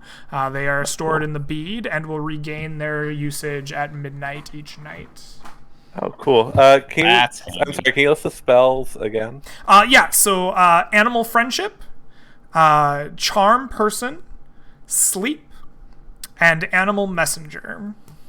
Yeah. That seems like good spells for someone who lives out here. Sleep and animal messenger. Okay, cool. So, with that taken care of, the 4 of you wake up, exhausted, dehydrating, low on food and stamina. What is the plan? We've got plenty today? of food. Just well, okay. A couple of point of order questions. Yes. The bracelet I found, that's just money, not magic. We've confirmed that, right? Yes, the bracelet you found is valuable. It has a GP value. Second of all, the travel document talks about every day of travel while dehydrated incurs exhaustion. Do we start with the exhaustion now, or are we just out of luck? So when you are exhausted for the first time, or when you are dehydrated for the first time, you gain 2 levels of exhaustion. So okay, if but you have were we downed our water, and now tomorrow we'll start exhausting is what I'm asking. So effectively, for the way the system works, in order to be the punishment for not finding water, starting today you are dehydrated. You drained your water sometime during your travels yesterday and were unable to replenish it. So you have dehydrated, and you have now taken 2 levels of exhaustion. If you travel today and you don't find water, right, it's going to keep piling up. If you do find water and rest, it'll start coming down. That is perfectly fine. The wording in your document is a little... Sure. I will maybe attempt to... Just a note for that document. Obviously, your rules are your rules, and you know them. Yeah. Cool. So, as Patala, I am... So, actually, the other point of order is this fruit is probably not something I should eat, but I thought it'd be funny if I failed to forage, I ate that food. So I'm going to try and eat that fruit. Mm-hmm. And see if anything happens. It's sour, like really, really tart, and gives you the sense of just like unripened berries. Okay. Does it sate my thirst? No. All right, cool. Great. Awesome. As Patala, I will suggest in the morning, can we burn a day trying to find water to enhance our chances and stuff? Mm-hmm. Yeah. Okay. All right. So the 4 of you decide to find some water for the day. We have been playing for roughly 2 hours. So what I'm going to do is I'm going to cut to a quick break. And then we will come back in about 5 or 10 minutes, and we will see your efforts to get some water and continue on your journey. So have a quick break, everybody, and we will be right back. All right, cool.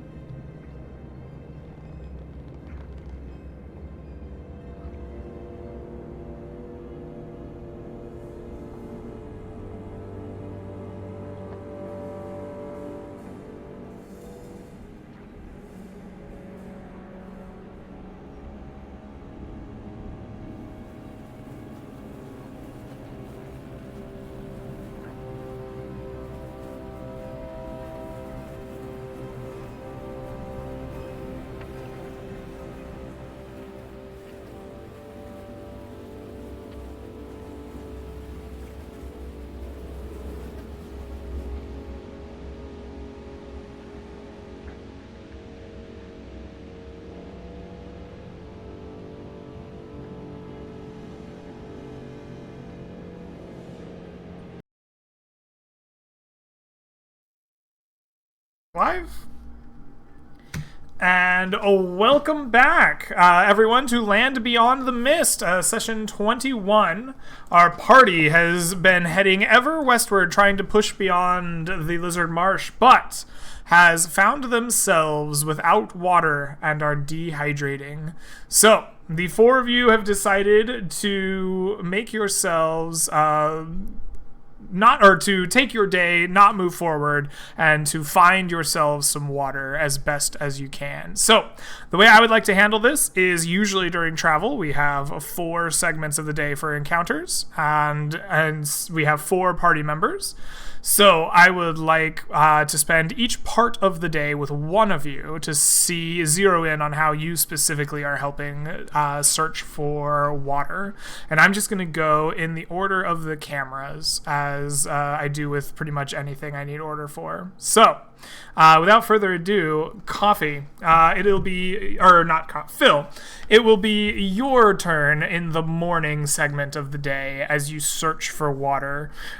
Tell me, how is it that Phil goes about finding water for the party here? So I can actually move. I probably leave my pack with the rest of the crew because we have a campsite. Otherwise, I'm moving at 5. So I got to start there. Okay. And then I would probably backtrack because that hermit's hut, there has to be water within range of that hermit's hut. Ooh, so I would try to think of something in the... I would be scanning the swamp as I was backtracking and being wait a second, maybe it would come up here and there's a nice portion of the swamp or some other watering hole, right?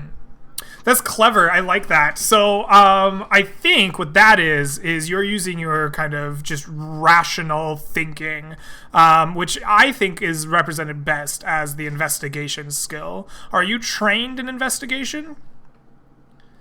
No. Are you trained? You are trained in perception, though, then?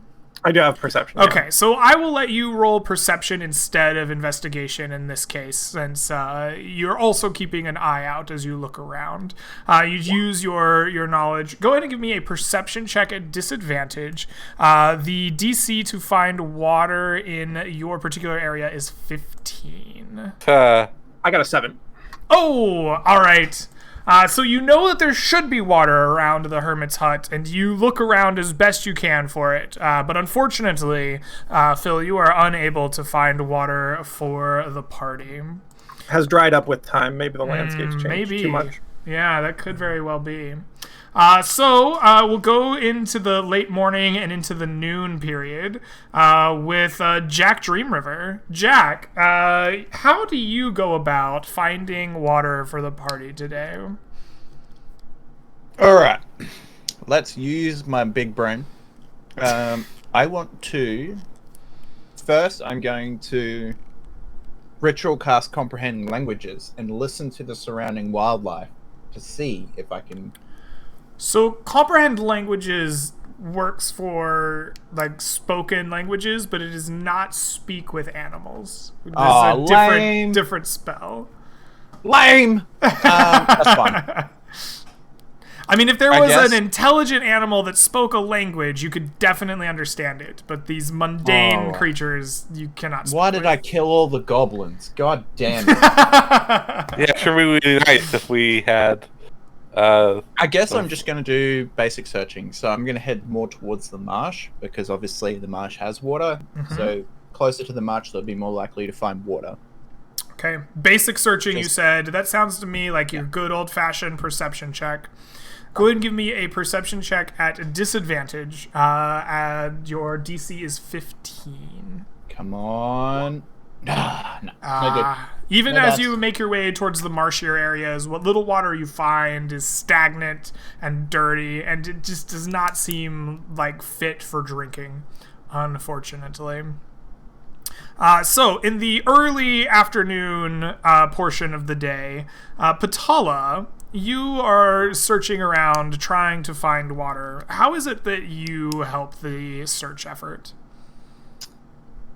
I mean, it's a really boring answer because it's I am going to lean into my what I would normally do when I'm making a survival check for foraging, but it is still sort of scouting the general area since we're not trying to leave the camp. I think we probably have a fire going, and if I find anything that is usable, maybe we can do some purification with it, but I want to avoid that, right? It also crosses my mind to like try and dig something and have it pool, but like that's gonna take too long and not gonna be enough for us. So I really want to find an actual source of water that I can find, some sort of river or something. So surveying the land for where water would go if it was here, and also listening to nature and what the local fauna might be doing and stuff so like that. Sounds to me less like you're using your survival skill and more like you're using your understanding of how nature works to look for places that water is likely, following wildlife, looking for the right, vegetation,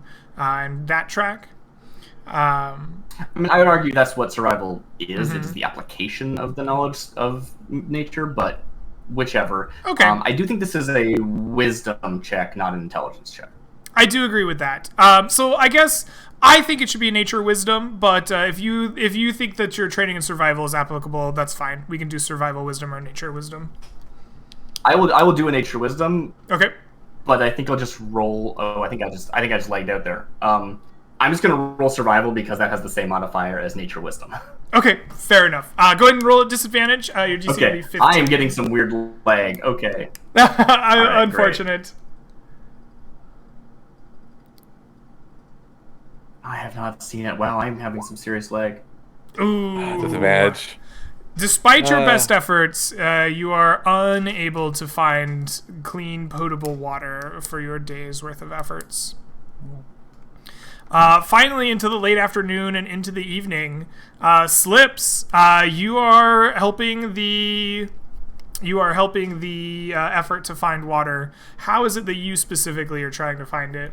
I guess I'm gonna try something. So I can just bring in my owl, right? And I think I want to use that to kind of see where animals are going to drink. I'm sure if it flies around, it might be able to see I don't know, a watering hole, or animals moving towards a watering hole or something like that. Using my be deaf and blind and but see through my owl's eyes. Okay, yeah. You use your arcane connection with your owl to attempt to see through. Does your particular owl have keen sight? I believe so. They should get advantage on vision perception rolls. Yeah, I'm See pretty the sure usual owls owl. Where can I find that, or where can I look it up? Well, you would have spent your keen hearing and sight. Okay. Advantage I know on that perception most checks. owls have keen hearing and sight, but I assume that when you did your what's it called? Find familiar. Oof, man. When you did your find familiar, you would have chosen a specific beast with a stat block to it. Yeah, but owl. Yeah. The generic owl that you can see if you click over to the character side is what I used for someone else. You can use that sheet as well. It should be at the very top of it. And that one does have keen hearing and sight. So, what I will have you do is go ahead and either roll a perception check using your owl's stats, not yours, or roll me an arcana check using your spell casting modifier. So if you're a wizard, intelligence; if you're a sorcerer, charisma. Okay, yeah. And we will negate your disadvantage for using the eyes of your familiar. Okay, so I will just do a arcana check at normal. Yes. Okay. With a 24, sure enough. Oh, nice. Yeah, sure enough, your beast, your familiar, flies out in an ever-widening circle and shortly is able to locate a small running stream. And it's kind of running out of the marsh and into the plains some little bit. And you are able to lead you and the rest of your party there to refill your water skins and find water for the day.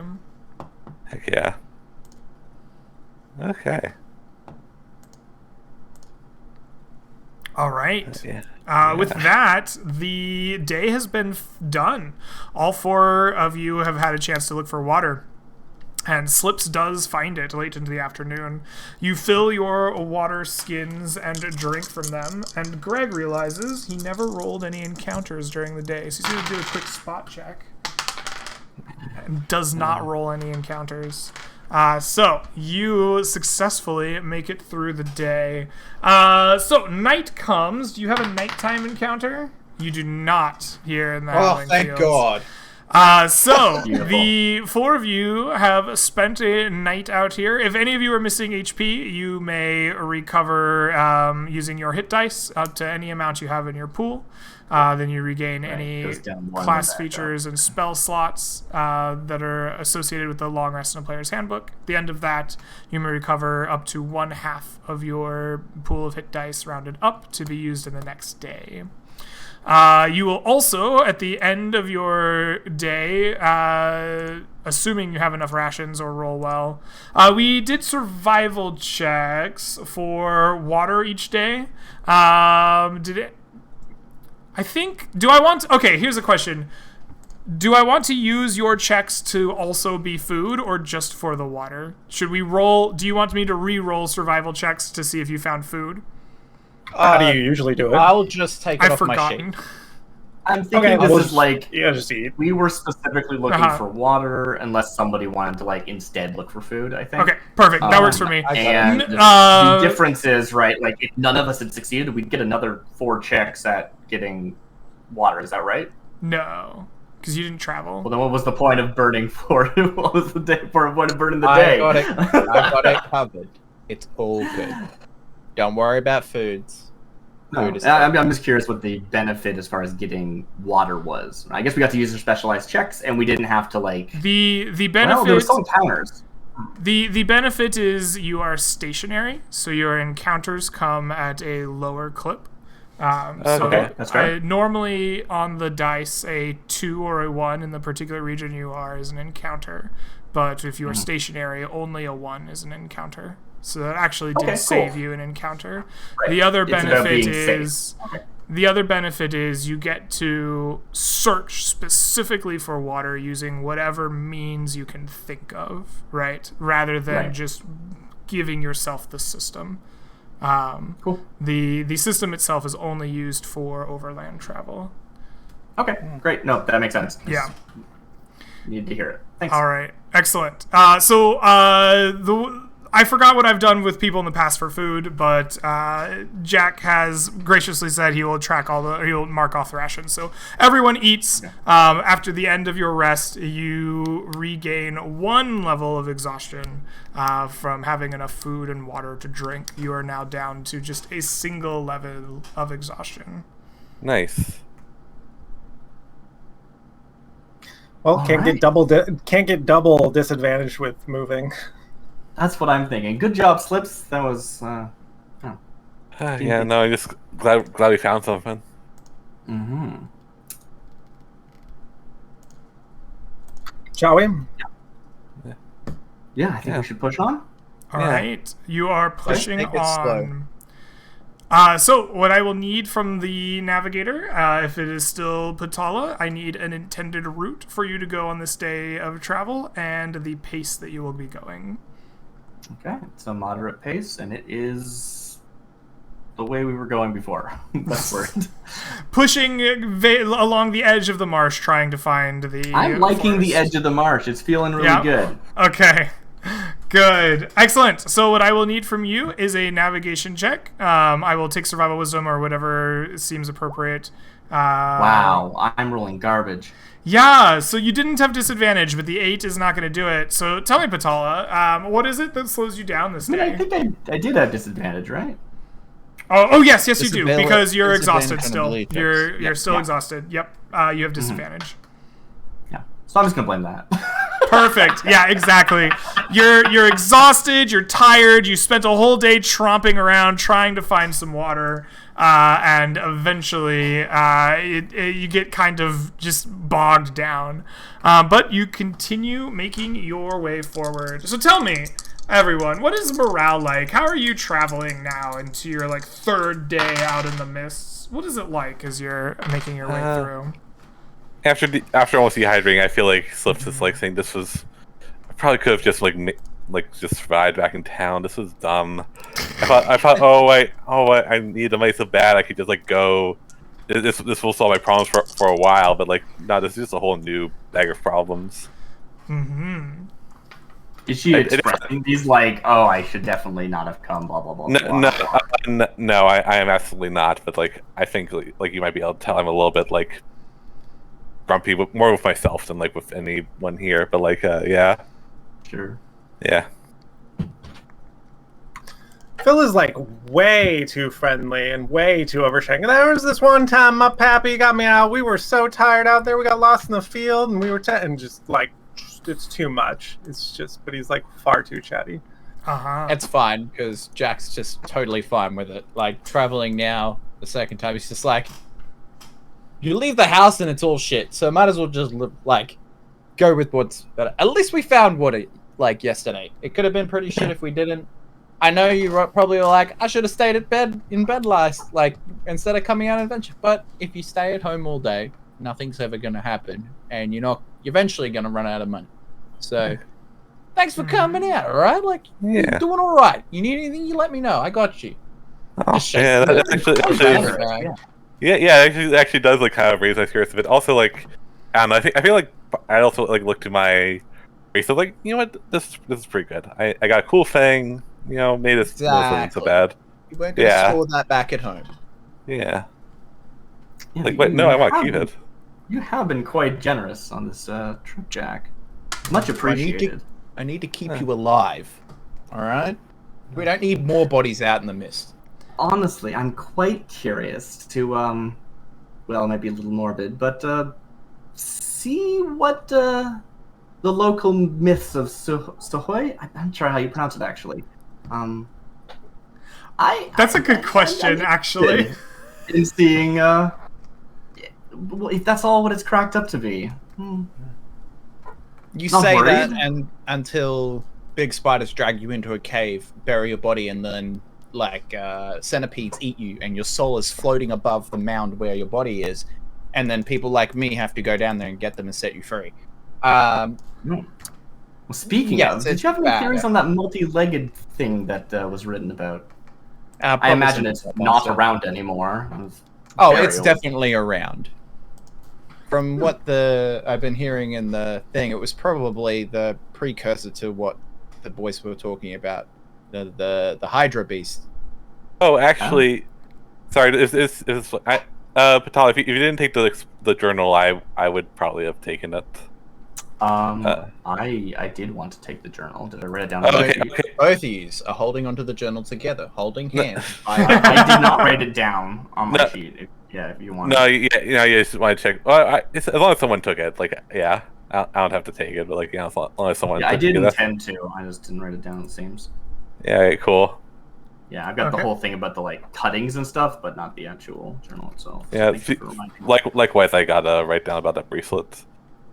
All right. Yeah. So as you guys are having this conversation and traveling your way through the swamp, it is Patala who is the most keen-eyed.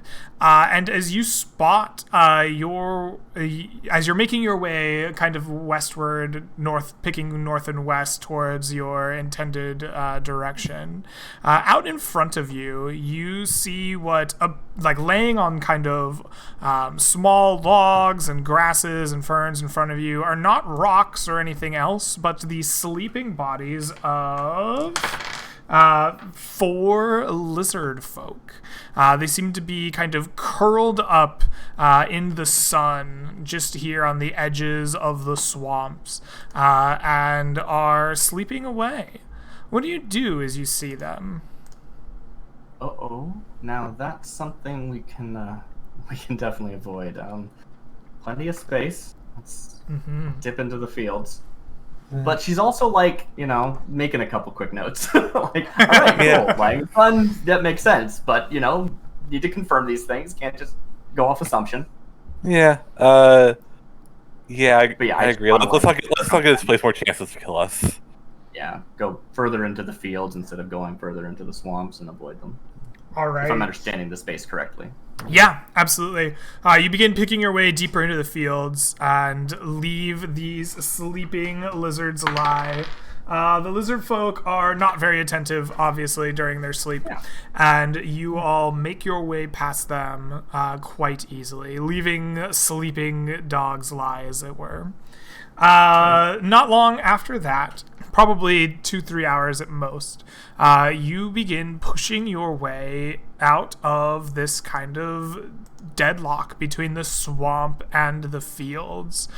You see in front of you big, great green forests rising up out of the lands in front of you. The swamp is beginning to kind of fade away around you, and small like pockets and copses of trees and wildlife are kind of pushing up around you, and you eventually find yourselves staring at the entrance, or I guess the edge of a great mixed forest.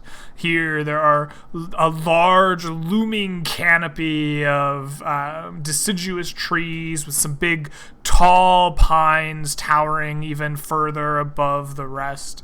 It is not a complete and total like Amazon canopy that blackets out the sun. There's pockets of sunlight that goes through, but you have found yourself at the edge of this forest.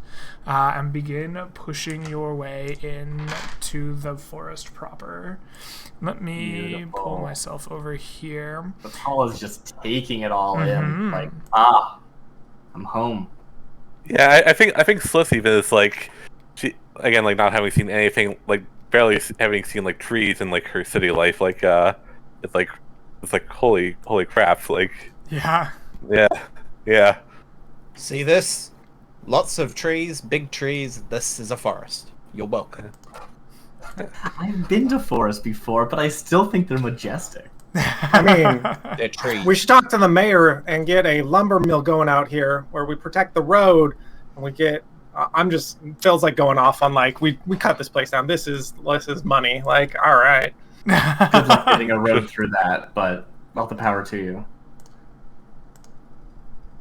I mean, I'm happy to kill the goblins.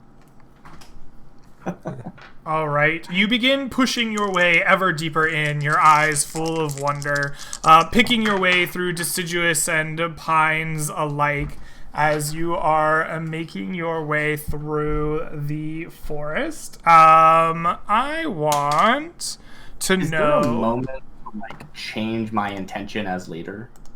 Like now that we're at the forest? Yeah, we can backtrack a little bit. You've reached the forest proper. What is it that you would like to switch It's up? not much different, and it's the kind of thing I don't expect to change anything, but Atala is looking for any signs of like sentient plants, right? The sort of thing that like if I were a treant, I would not live here at the edge of the forest, obviously, but if there's any sort of like passage that one would not notice if they were not a druid, which I'm not, but I do speak druidic because trans speak druidic and you get a language of your plant. Anyway,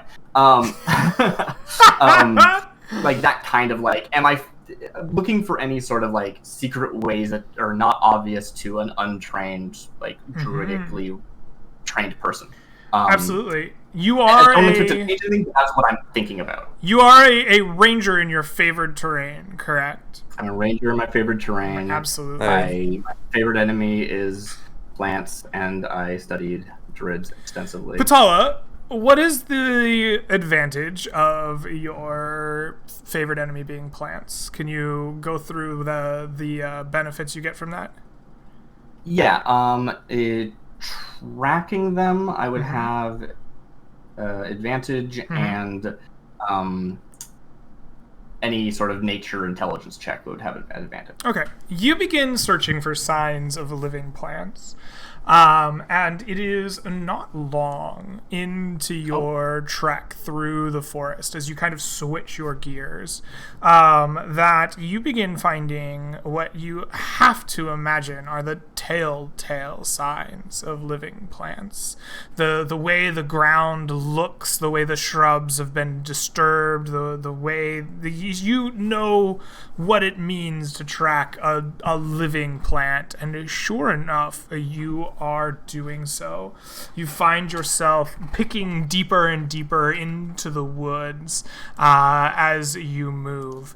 While you're doing this, you and the rest of the party, I want to give me a perception check actively as you are picking your way through the like true forest here. Patala, being a ranger tracking your favorite enemy in your favorite terrain, please do so at advantage. Okay. I had a quick question. Instead of this perception check, Phil has been making marks on the trees as we go, so we have a way to get back out. Okay, excellent. Okay, so Phil, you are not particularly looking out as you're moving. You are marking trees as you go and making yourself comfortable. So I have a 4, an 11, and a 12. I haven't rolled for this. Roll perception, right?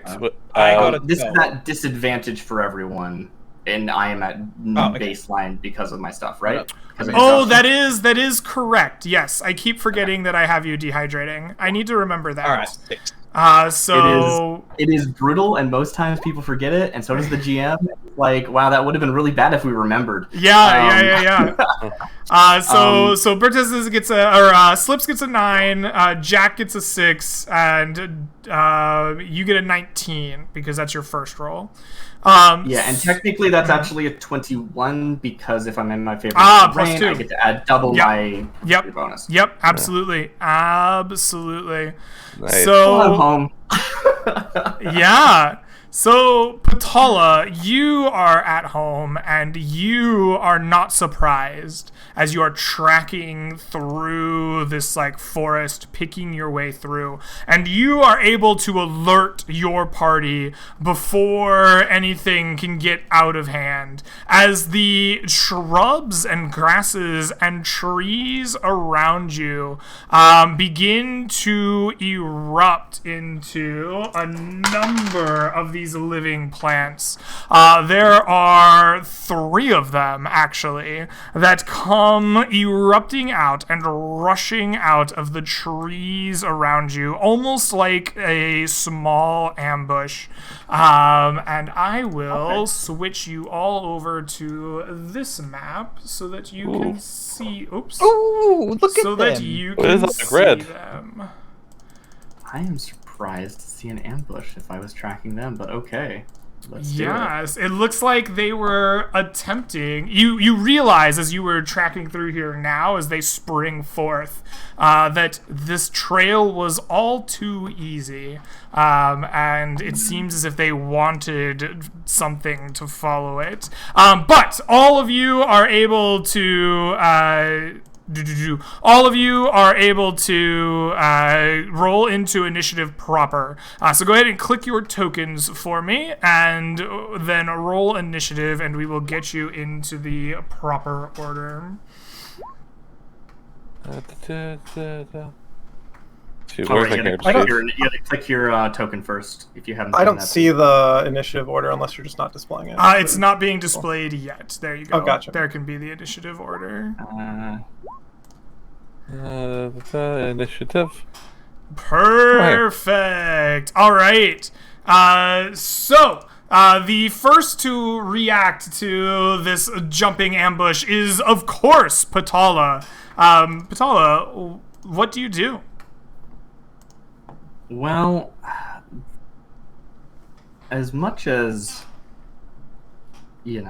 I always interpret favorite enemy as being like what you have the most experience dealing with, not necessarily what you are like, I must kill them all. Okay. But there are like treants and stuff that she's like interviewed before and been like, oh, tell me about druids. but then there's also like blights that she's like, I'll help the druids defend their grove from these like corruptions of nature. So she's just like right in there. She's just like fire into their hand and chucking it at the closest one. Just ready to go. This is an affront. You pour fire into your hand and you throw it at the closest one. Absolutely. Yeah, I produce flame in my hand and throw it. Please roll to hit. And I'm just looking at where we are. Who do I want to target? Probably the farthest one, now that I think about it, so that people have a chance to like get in. I guess we're actually pretty close, so people can get the distance pretty easily. Anyway, I will roll. Produce flame. Did that go? There it goes. The 17 will strike the creature. Go ahead and roll me some damage. 1 point of damage. I assume you're targeting this one here? I was thinking, yeah, sure, yeah. Yes? Okay, absolutely. Your fire erupts out, and sure enough, despite the reflexive, like, defense that the creature pulls out, like, the twigs and vines, like, involuntarily, like, react to try to shield itself, but it seems to catch fire and take more damage than even you expected from your attack. Excellent. Is that the end of your turn? I guess it's a bonus action to cast Shillelagh, so why not? All right. Yes, you catch I don't forth expect to use it, but why not? you snatch forth your twig or your mistletoe wrapped club and cast your magic upon it, so it is ready to go. Yeah, I think I sort of brush it across the ground in front of me to like sort of inscribe Druidic writing in the earth. I don't. Druidic is always different in every GM's game, so I have no idea how you want to deal with that. But I think that's what I do, right? I like sort of inscribe a message of Druidic in front of me, like a warning, like. Absolutely. Sure enough. Slips, you see Patala cast this fire and begin writing Druidic warnings in the ground in front of you. What do you do? I think Trian's fire, obvious thing to me is like firebolt. And yeah, I'm just trying to figure out which one I want to cast at. I think like the one that's like actually closest, the one that is to the left or to the right. Sorry. This one here. Yeah. Okay. Absolutely. Yeah, it's just like going to like, oh god, yeah, it's like, oh god, we're fighting it. Okay, I guess, yeah. And I will do cast firebolt. Normal roll, right? Please, yes, please. Yeah, okay. Ooh, the 23 will hit. You once again see it's like twigs and vines like lash out in front of it to try to block it, but your fires consume it, dealing 20 points of damage. My goodness. This particular blight is consumed in flames and destroyed. Excellent. Okay. Is there anything else? I think I'm gonna like. Can I go through people? Yes. You can go through allies. Yeah, absolutely. All right, yeah. So I'm gonna like try and like get behind our hammer wielding friend. Sorry, how do you know how far you can move? Each square is 5 feet that you can see, and you can move 6 in a round. Like your movement is 6 squares. All right, cool. So I will just go like down here, away from All right. Everyone. And with that, these creatures begin to stir. They become rushing forward in an unnatural and almost inhuman way, bounding down these cliffs and around, like encircling the party. party members in front here are going to be shot by a barrage of like needle-like twigs and sticks and thorns. I want the mage here, Jack. You're going to be attacked by one of these creatures with this barrage. You are attacked with a 11. Will that hit you? I believe so. So I'm going to use shield. All right, you cast your shield. A flash of magic comes up just in the nick of time as thorns and twigs and other things are just lodged into it and knocked aside. The other creature here is going to attack one of Patala or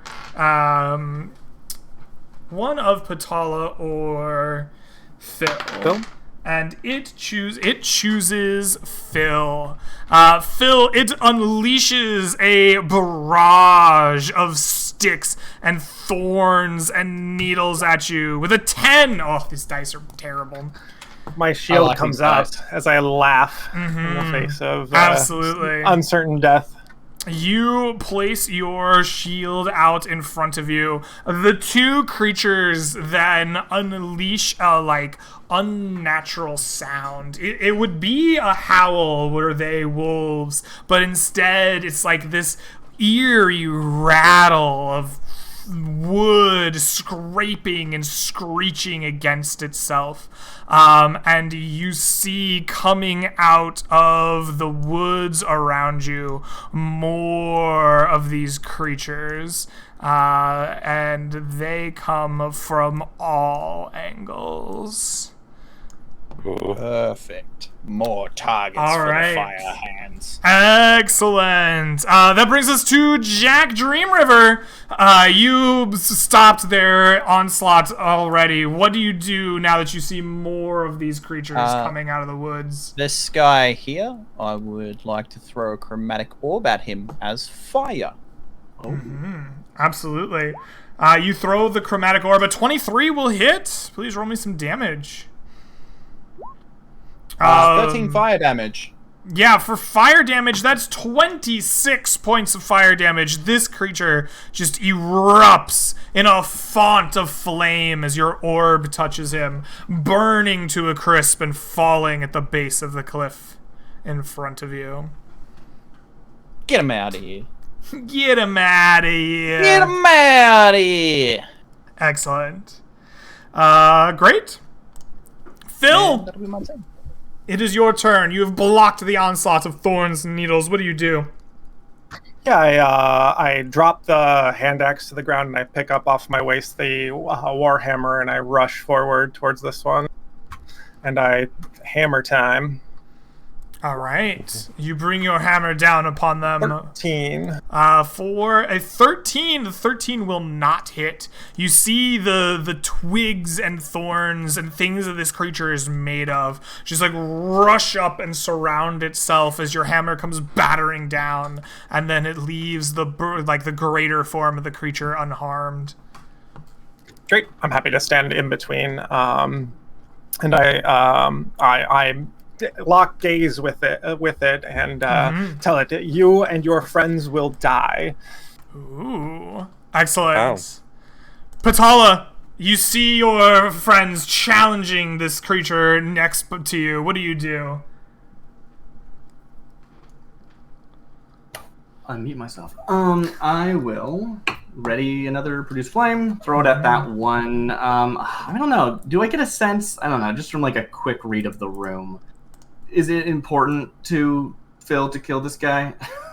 All right, cool. That's all I need to know. Yeah, he has one engaged, so I'll throw that at the one engaged with Phil. All right. And yeah, let's start there. Where am I? Do better this time. 14, is that enough? The 14 is not enough. Your flames arc towards the creature, but it reflexively has this like defense mechanism. Your flames burn at it, but it does not strike the creature mortally. Okay. I will mount up with half my movement. Okay. There's a horse now, I guess. There should be a mule token, like, right above all of yours you can pull if you'd like. Sure. It is a horse, but that is fine. I will grab a mule. Where's the mule? I don't see one, but that's it. Oh, it is there now. Great. Oh, look at him. Cute boy. Okay. All right. So You mount up. That takes half of your movement. The mule still gets to act. What does it do?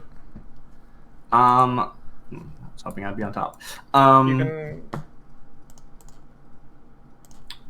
Were you gonna suggest something? Yeah, I would just. Oh yeah, Greg could right click on it and move you to the front. Yeah. Sure. You can highlight both and move them at the same time. Beautiful.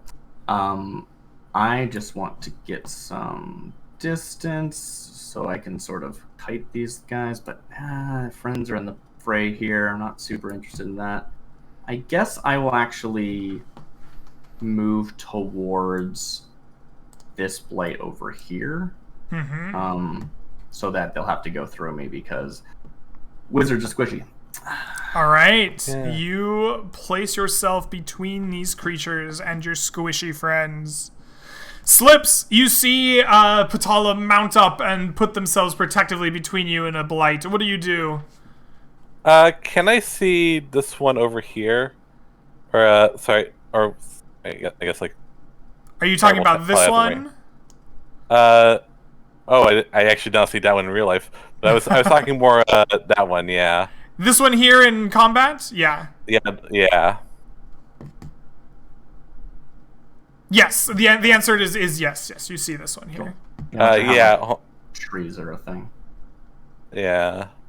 I want to just like check something. Sorry.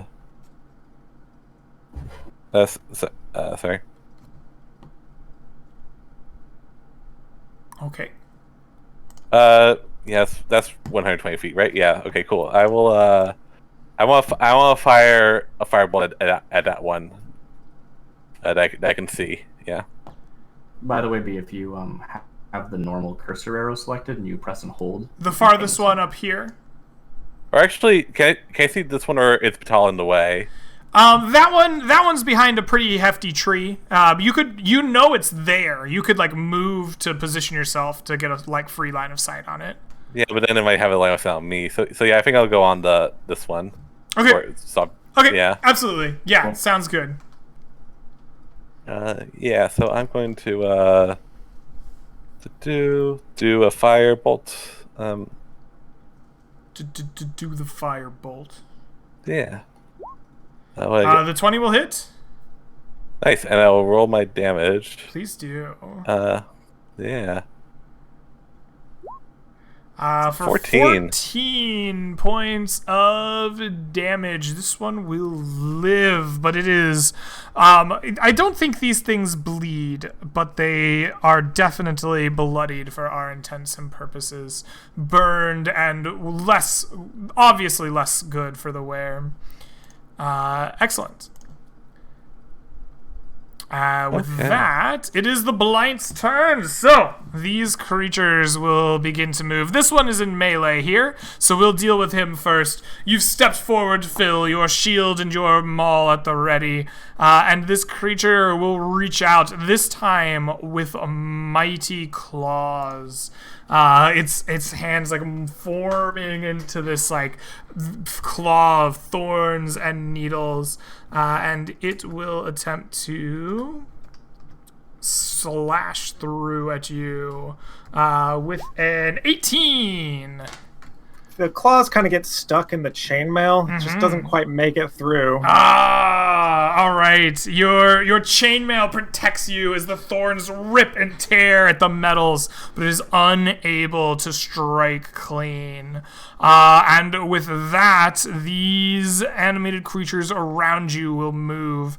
We'll start with this one that has been bloodied. It comes rushing forward 5, 10, 15, 20, 25, 30.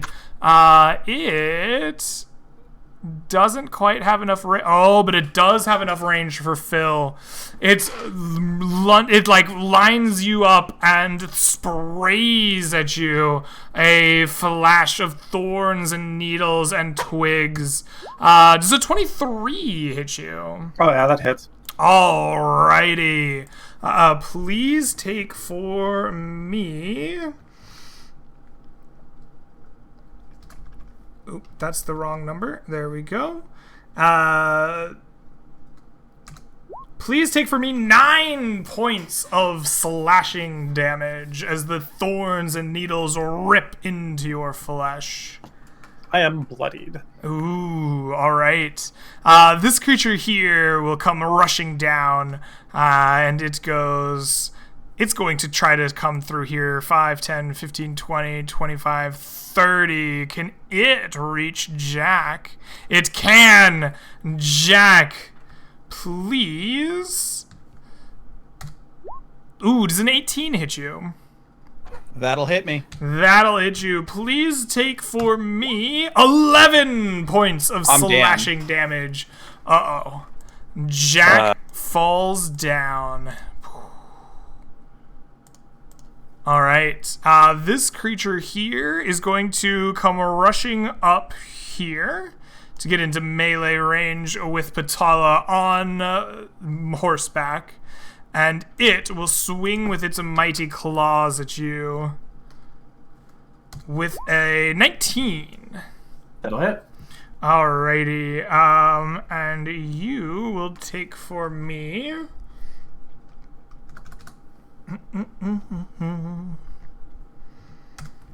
9 points of slashing damage. Okay. All right, and the final creature will come rushing up. 5, 10, 15, 20, 25, 30. And it probably has multiple targets it can hit. Yes, there are 3 of you within its range. It will choose... Oh, no, one of you's down, so there are 2 of you. It will choose... It will choose Phil. The creature sprays at you an enormous flash of thorns and needles with a 13. I'm ready. This is the third time. All I'm right. ready. Shields up. You shield it, you knock it down, and block the attacks. Jack Dreamriver, please make me a death saving throw. Oh. That is 1 success.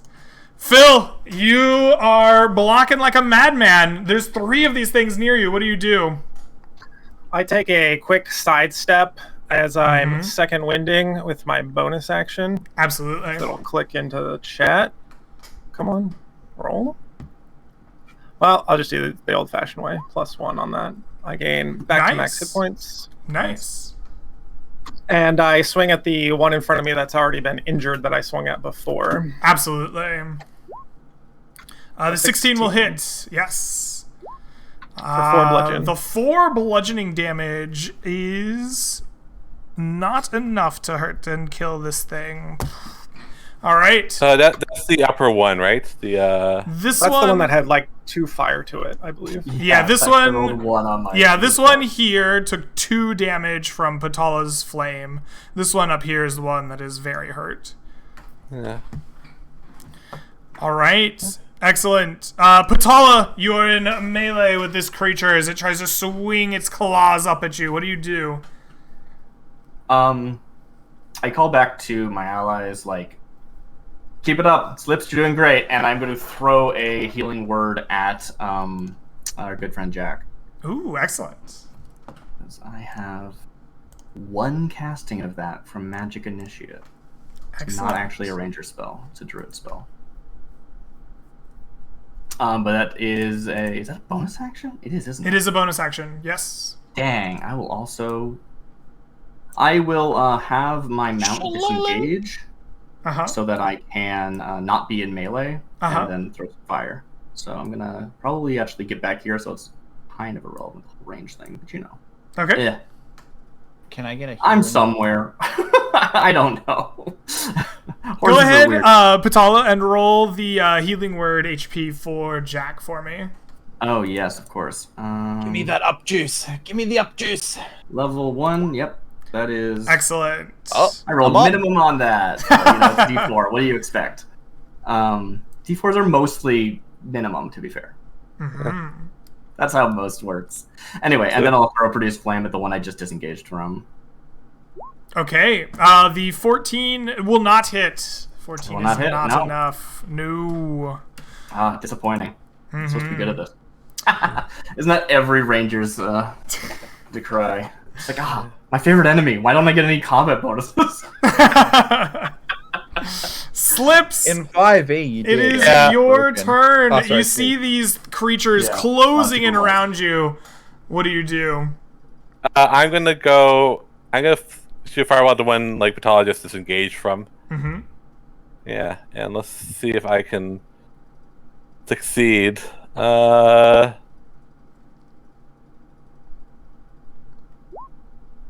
will hit.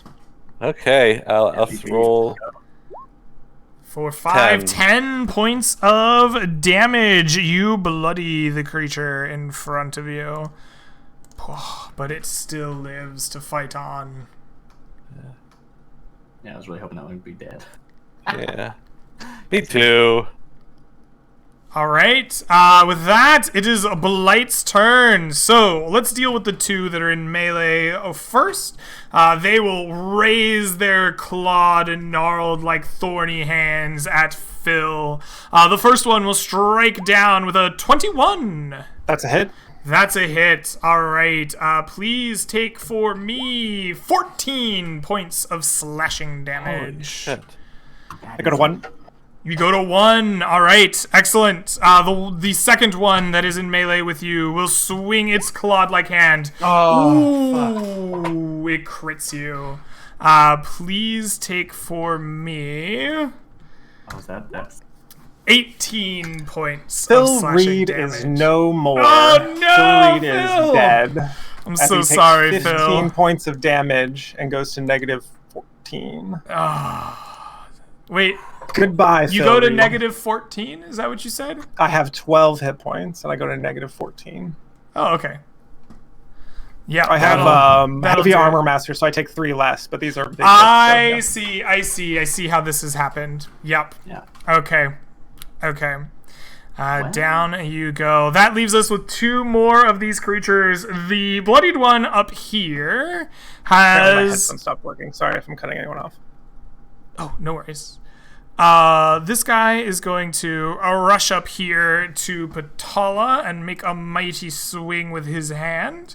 For... Oh my god, he crits you, Holy Patala. shit. Okay. Please take for me 16 points of damage.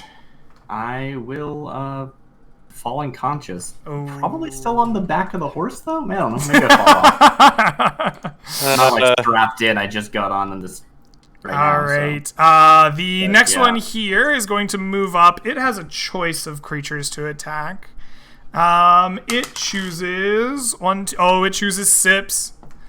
Yes, I'm the one here. Yeah. Yep. You are going to get attacked for... Okay, shield. With the shield, does a 26 hit you? I actually don't know. Let me. Okay. It will. It'll hit you. Okay. Yeah. Okay. I don't know. Gives you Maybe you plus had 5 some AC. sweet like 22 armor or something with the. The good news is you don't get crit, so you will only take 6 points of damage from its slash. Okay. I am. Well, let's just say I'm bloodied. Okay. Yeah. This creature here is going to actually just like stand on this cliff a little bit and be at range, and he's going to attack Jack with his spray of thorns. Come on, roll crap. Come on. He will roll a crit. Oh my Third one. god. Wow. Our attack rolls were like 1 or 2 higher, like 3 or 4 times. It's brutal. Please take 12 points of damage. 4. Oh, hold on. Oh, hold I'm on. not completely Scarlet just brought up a really good point. You have not had a turn and you were just dead. This thing has disadvantage. Oh, true. Oh yeah, roll.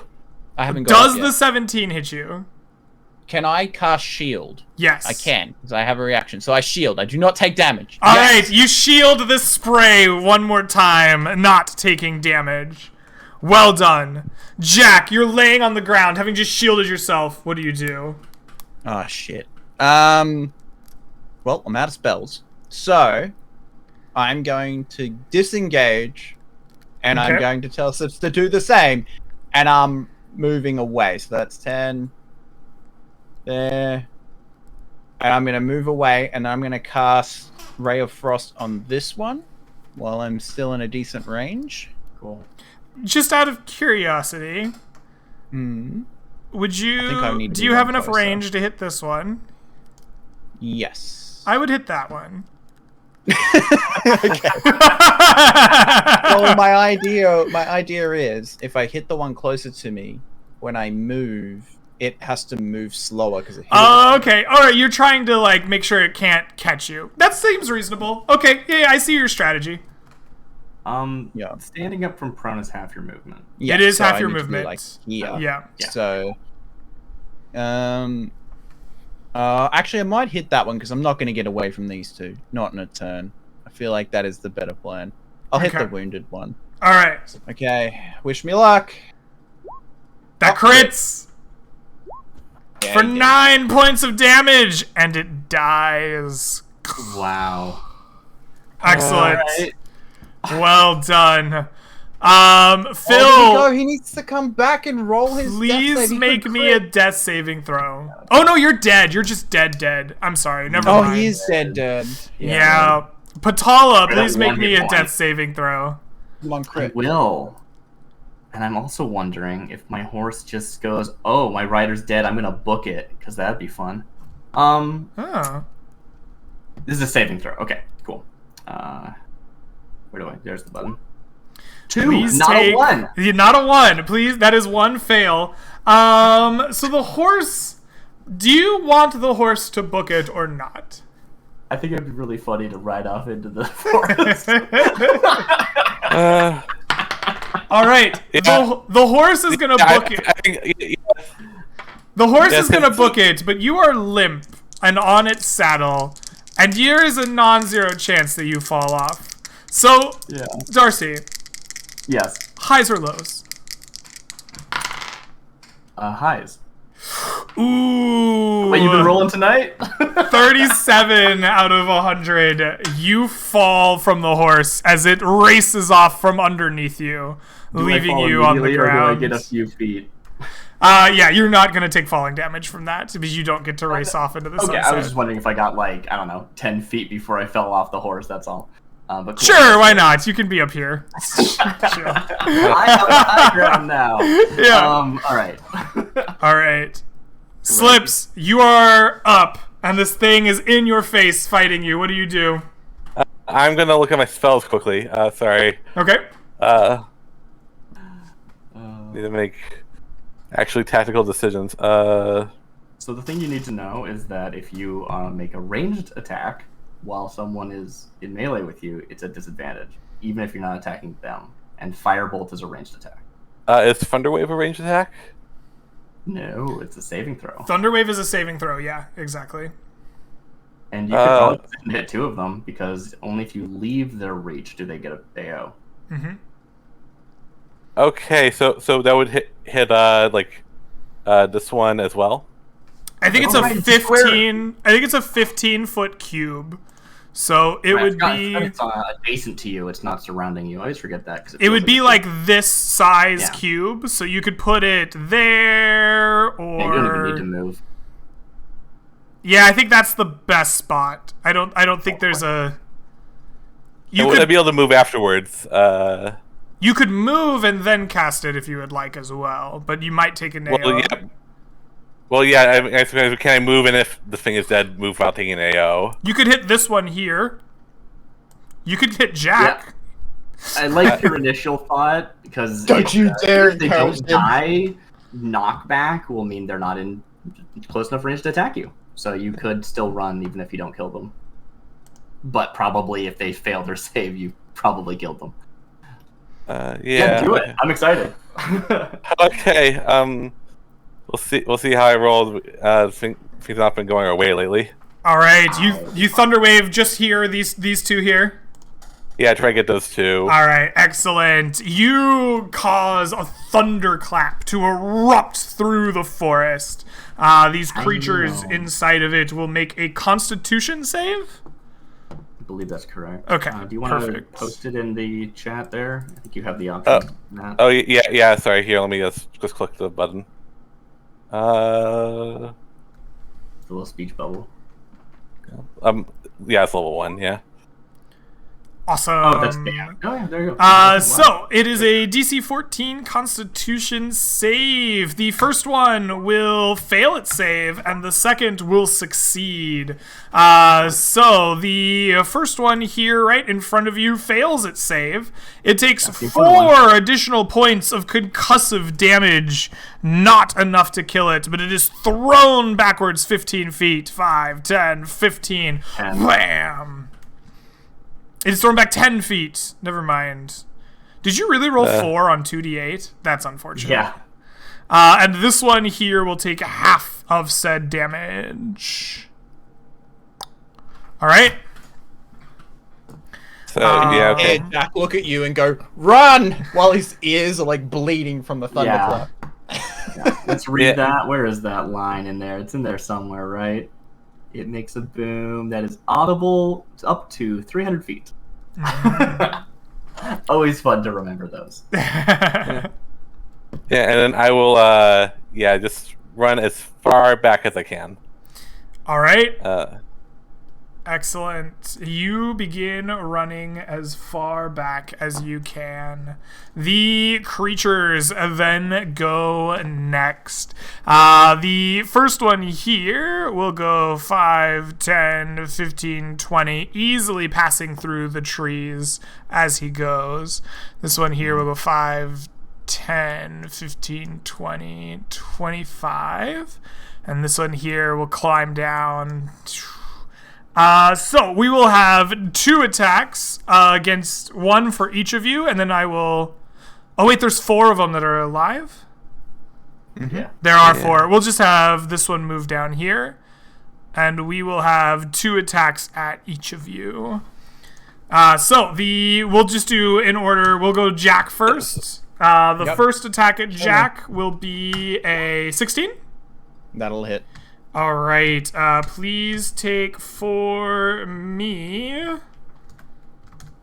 5 points of damage. I'm down. You're down. Okay. And then we just have so many attacks left over.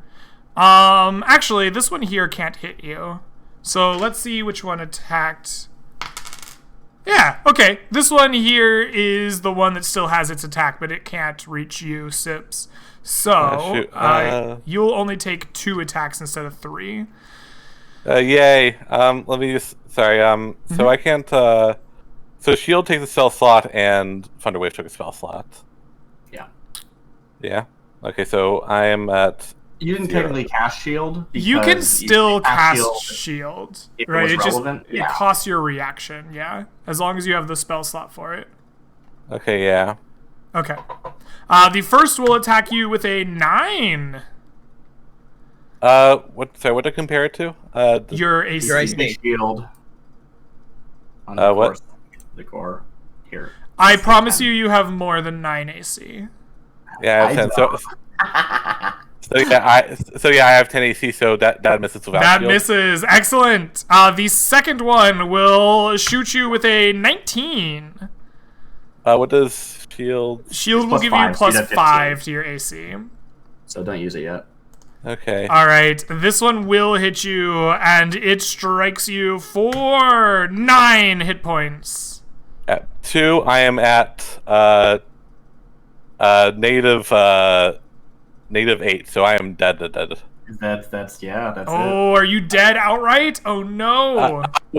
I was at 2, it hit me for 9, so I'm at negative Negative 7. Nearly dead.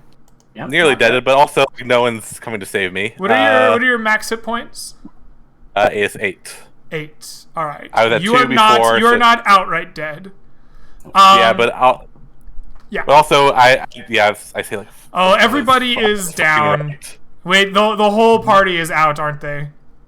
Yeah. Guys, I believe we have had a TPK out in the mists. I mean, let's at least roll for nat 20s, right? You want to roll for nat 20s? All right, sure. We'll roll for nat 20s. Why not? To be absorbed into the Twig Blight Collective. That's what all right. So we'll go around. We'll roll to see if you get nat 20s. We'll start in order. Jack, please give me a death saving throw. Come on. That's one fail. One. Phil's dead. It doesn't matter. Patala, please give me a death saving throw. I am most curious whether or not that is one success. What they do. Like, do they kill us or do they leave us here? Slips. Please make me a death saving throw. It's beside your hit die. Yes. Beside my hit die? Yeah. Yeah, this is the word death saver. Oh, nice. What I get? That is one success. Yeah, that's a positive. That's one success. Jack, please give me a death save. Oh, do they not do anything? That is 2 fails. You are dead. Jack has died outright. I don't attack downed players. If you pop up with 1 HP, we'll figure out if they fight you or not. But I won't attack you for extra downs. Right, yeah. No, I'm just curious whether, like... This is me thinking, like, Patala, even though she's unconscious, so it doesn't matter. Patala, please make me a death saving throw. I got a 5. That is 2 fails. Slips, please make me a death saving throw. Ooh, that's 1 fail. 1 fail. Jack is dead. Phil is dead. Patala, please make me a death saving throw. That is 3 fails. That's 3 deaths. Yep, you are dead. I absorbed into the Twig Blight Collective. Please make me a death saving throw. That's a success. Make me another one. Do you nat 20? That's a fail. You have 1 more chance at a nat 20. What's that? You stabilize, but unfortunately, with your whole party dead, you do not wake up in time to escape these monstrous blights out here in the forest. So they do try to kill them. Something happens to them. We don't know. Something happens. Yeah, so we don't know. I don't know if they like leave and then like the wake blights up. Get stronger. Yep, something happens to our poor Slips. They did not nat 20 and get up to run away. It's a sad end. You've discovered so much out here. That was the goal. Yeah. Our goal was really to come back and tell people about it, but you know. I mean, the word gets back somehow, right? Suho. No, it doesn't. Who? The goblins are killed? I appreciate you guys rushing out into the to the forest. It is the second tier like area. That encounter definitely felt like it. Yeah, but it was going really well. Yeah. It was weird, right? Like that was very much a dice, like dictating what happened. Like I don't know what their AC was, probably like 16, and we got like 14s and 15s quite a few times. The AC was exactly 15. You guys rolled a number 15, of 14s. Yeah, and then there was like 3 nat 20s. Yeah, no, that was the big thing, is they just crit like 3 straight times. So like that could have gone either way. I don't think we were out of our depth. We just didn't do it. Excuse me, I had a full character arc. I killed a crocodile. You did. The missed a kill, so he was going to retire anyways. Yeah, Phil Reed won D&D. You know, he completed everything there was to do as a character and went out in a blaze of glory. Oh yeah, I think Slips is like unconscious, like bleeding out. She's thinking about how she could have just like probably could have like just snuck away in the night. Like should have just kept your head down. Yep. Yeah. Alrighty. So, thanks for having me. Patala, I mean, she really just wanted to get to a forest again, let's be honest. For your notes, I have on my body tree nuts from that weird tree in Gold Hill. Okay. So they might propagate here. I don't know. Okay. I've got cuttings from the hut, from the plants and the vines. And I got like a bracelet, I guess. That's probably nothing. But, you know, if anybody comes like a cool tree growing where my body is, I would be happy. Can I say that just in case someone finds my body, that I wrote down what my bracelet did to remind myself? But also maybe from some future traveler. Yeah, maybe you took a bunch of notes. Seems good.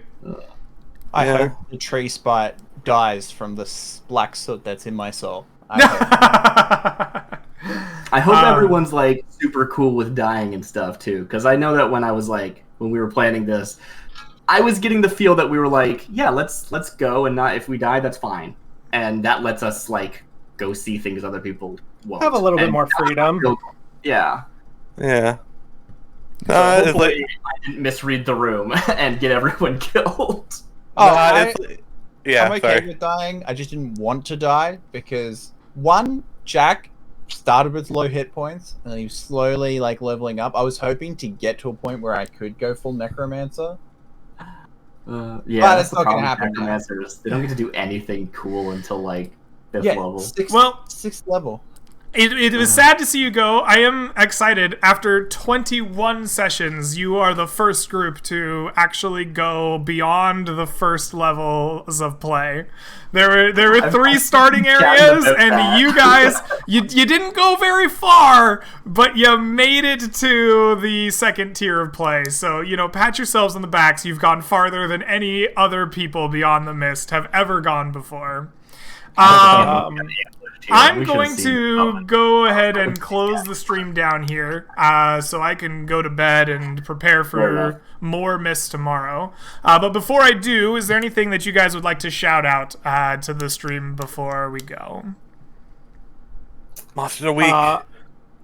Yeah, I had a really great time. Thanks for hosting this, Greg. It's really great. Mm-hmm. If you flash back to the tavern, there is a halfling druid sitting there twiddling his thumbs, ready to go. A one named Perrin, and he's going to correct everyone with 2 R's. Okay, 2, not 1. He's a little sass about it. So you can find me at coffeetraveler on Twitch. If you like watching Among Us, we do it on Saturday evenings. Thanks. Nice. Awesome. You guys know me. I'm here on Twitch. I'm in lots of different streams, anything I can jump in on. So you'll see me around. Just Millman on Twitch. I'm in chat. I'm most likely going to gift you a sub at some point. Nice. It is appreciated. I'm Darcy. You can find me at twitch.tv/DarcyBits, but mostly I am on SideQuest Live. We stream D&D on Thursdays, and we just finished our 2-year 56 episode campaign. Nice. That was a really good finale last night. If you want to see people you don't know be emotional, you should go check it out. just that one episode. And if that doesn't convince you to check it out, I don't know what will. That's great. But going forward, I am going to take over as GM sometimes. I think our GM still wants to run do the occasional shadow run or something. But I'm going to start a weird kind of semi-episodic D&D thing. So I'm pretty excited about that. Very cool. Yeah, sounds exciting. If anyone knows Monster of the Week is that, but D&D. Heck yeah. Yeah. I think that's us. Everything you want to plug? Me? No. I'm just that I'm gonna be in that thing. Hopefully. Yeah, you're gonna be in it. yeah. I'm excited. I'm really excited. It's gonna be great. Awesome. That sounds exciting. Well, thank you all for playing with me. I had a really good time, even though you guys died. Yeah, me too. Good. I'm glad you enjoyed it. A completely new character. Yeah, I'm excited to send a squishy spellcaster into the Mist to die. Awesome. Well, thank you for playing.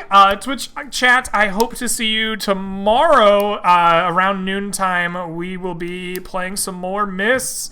We're making up a session that got canceled a couple weeks back. So I hope to see you then. If not, have a great rest of your day, night, week, whatever it is till I catch you again. And I'll see y'all next time. Peace, everybody.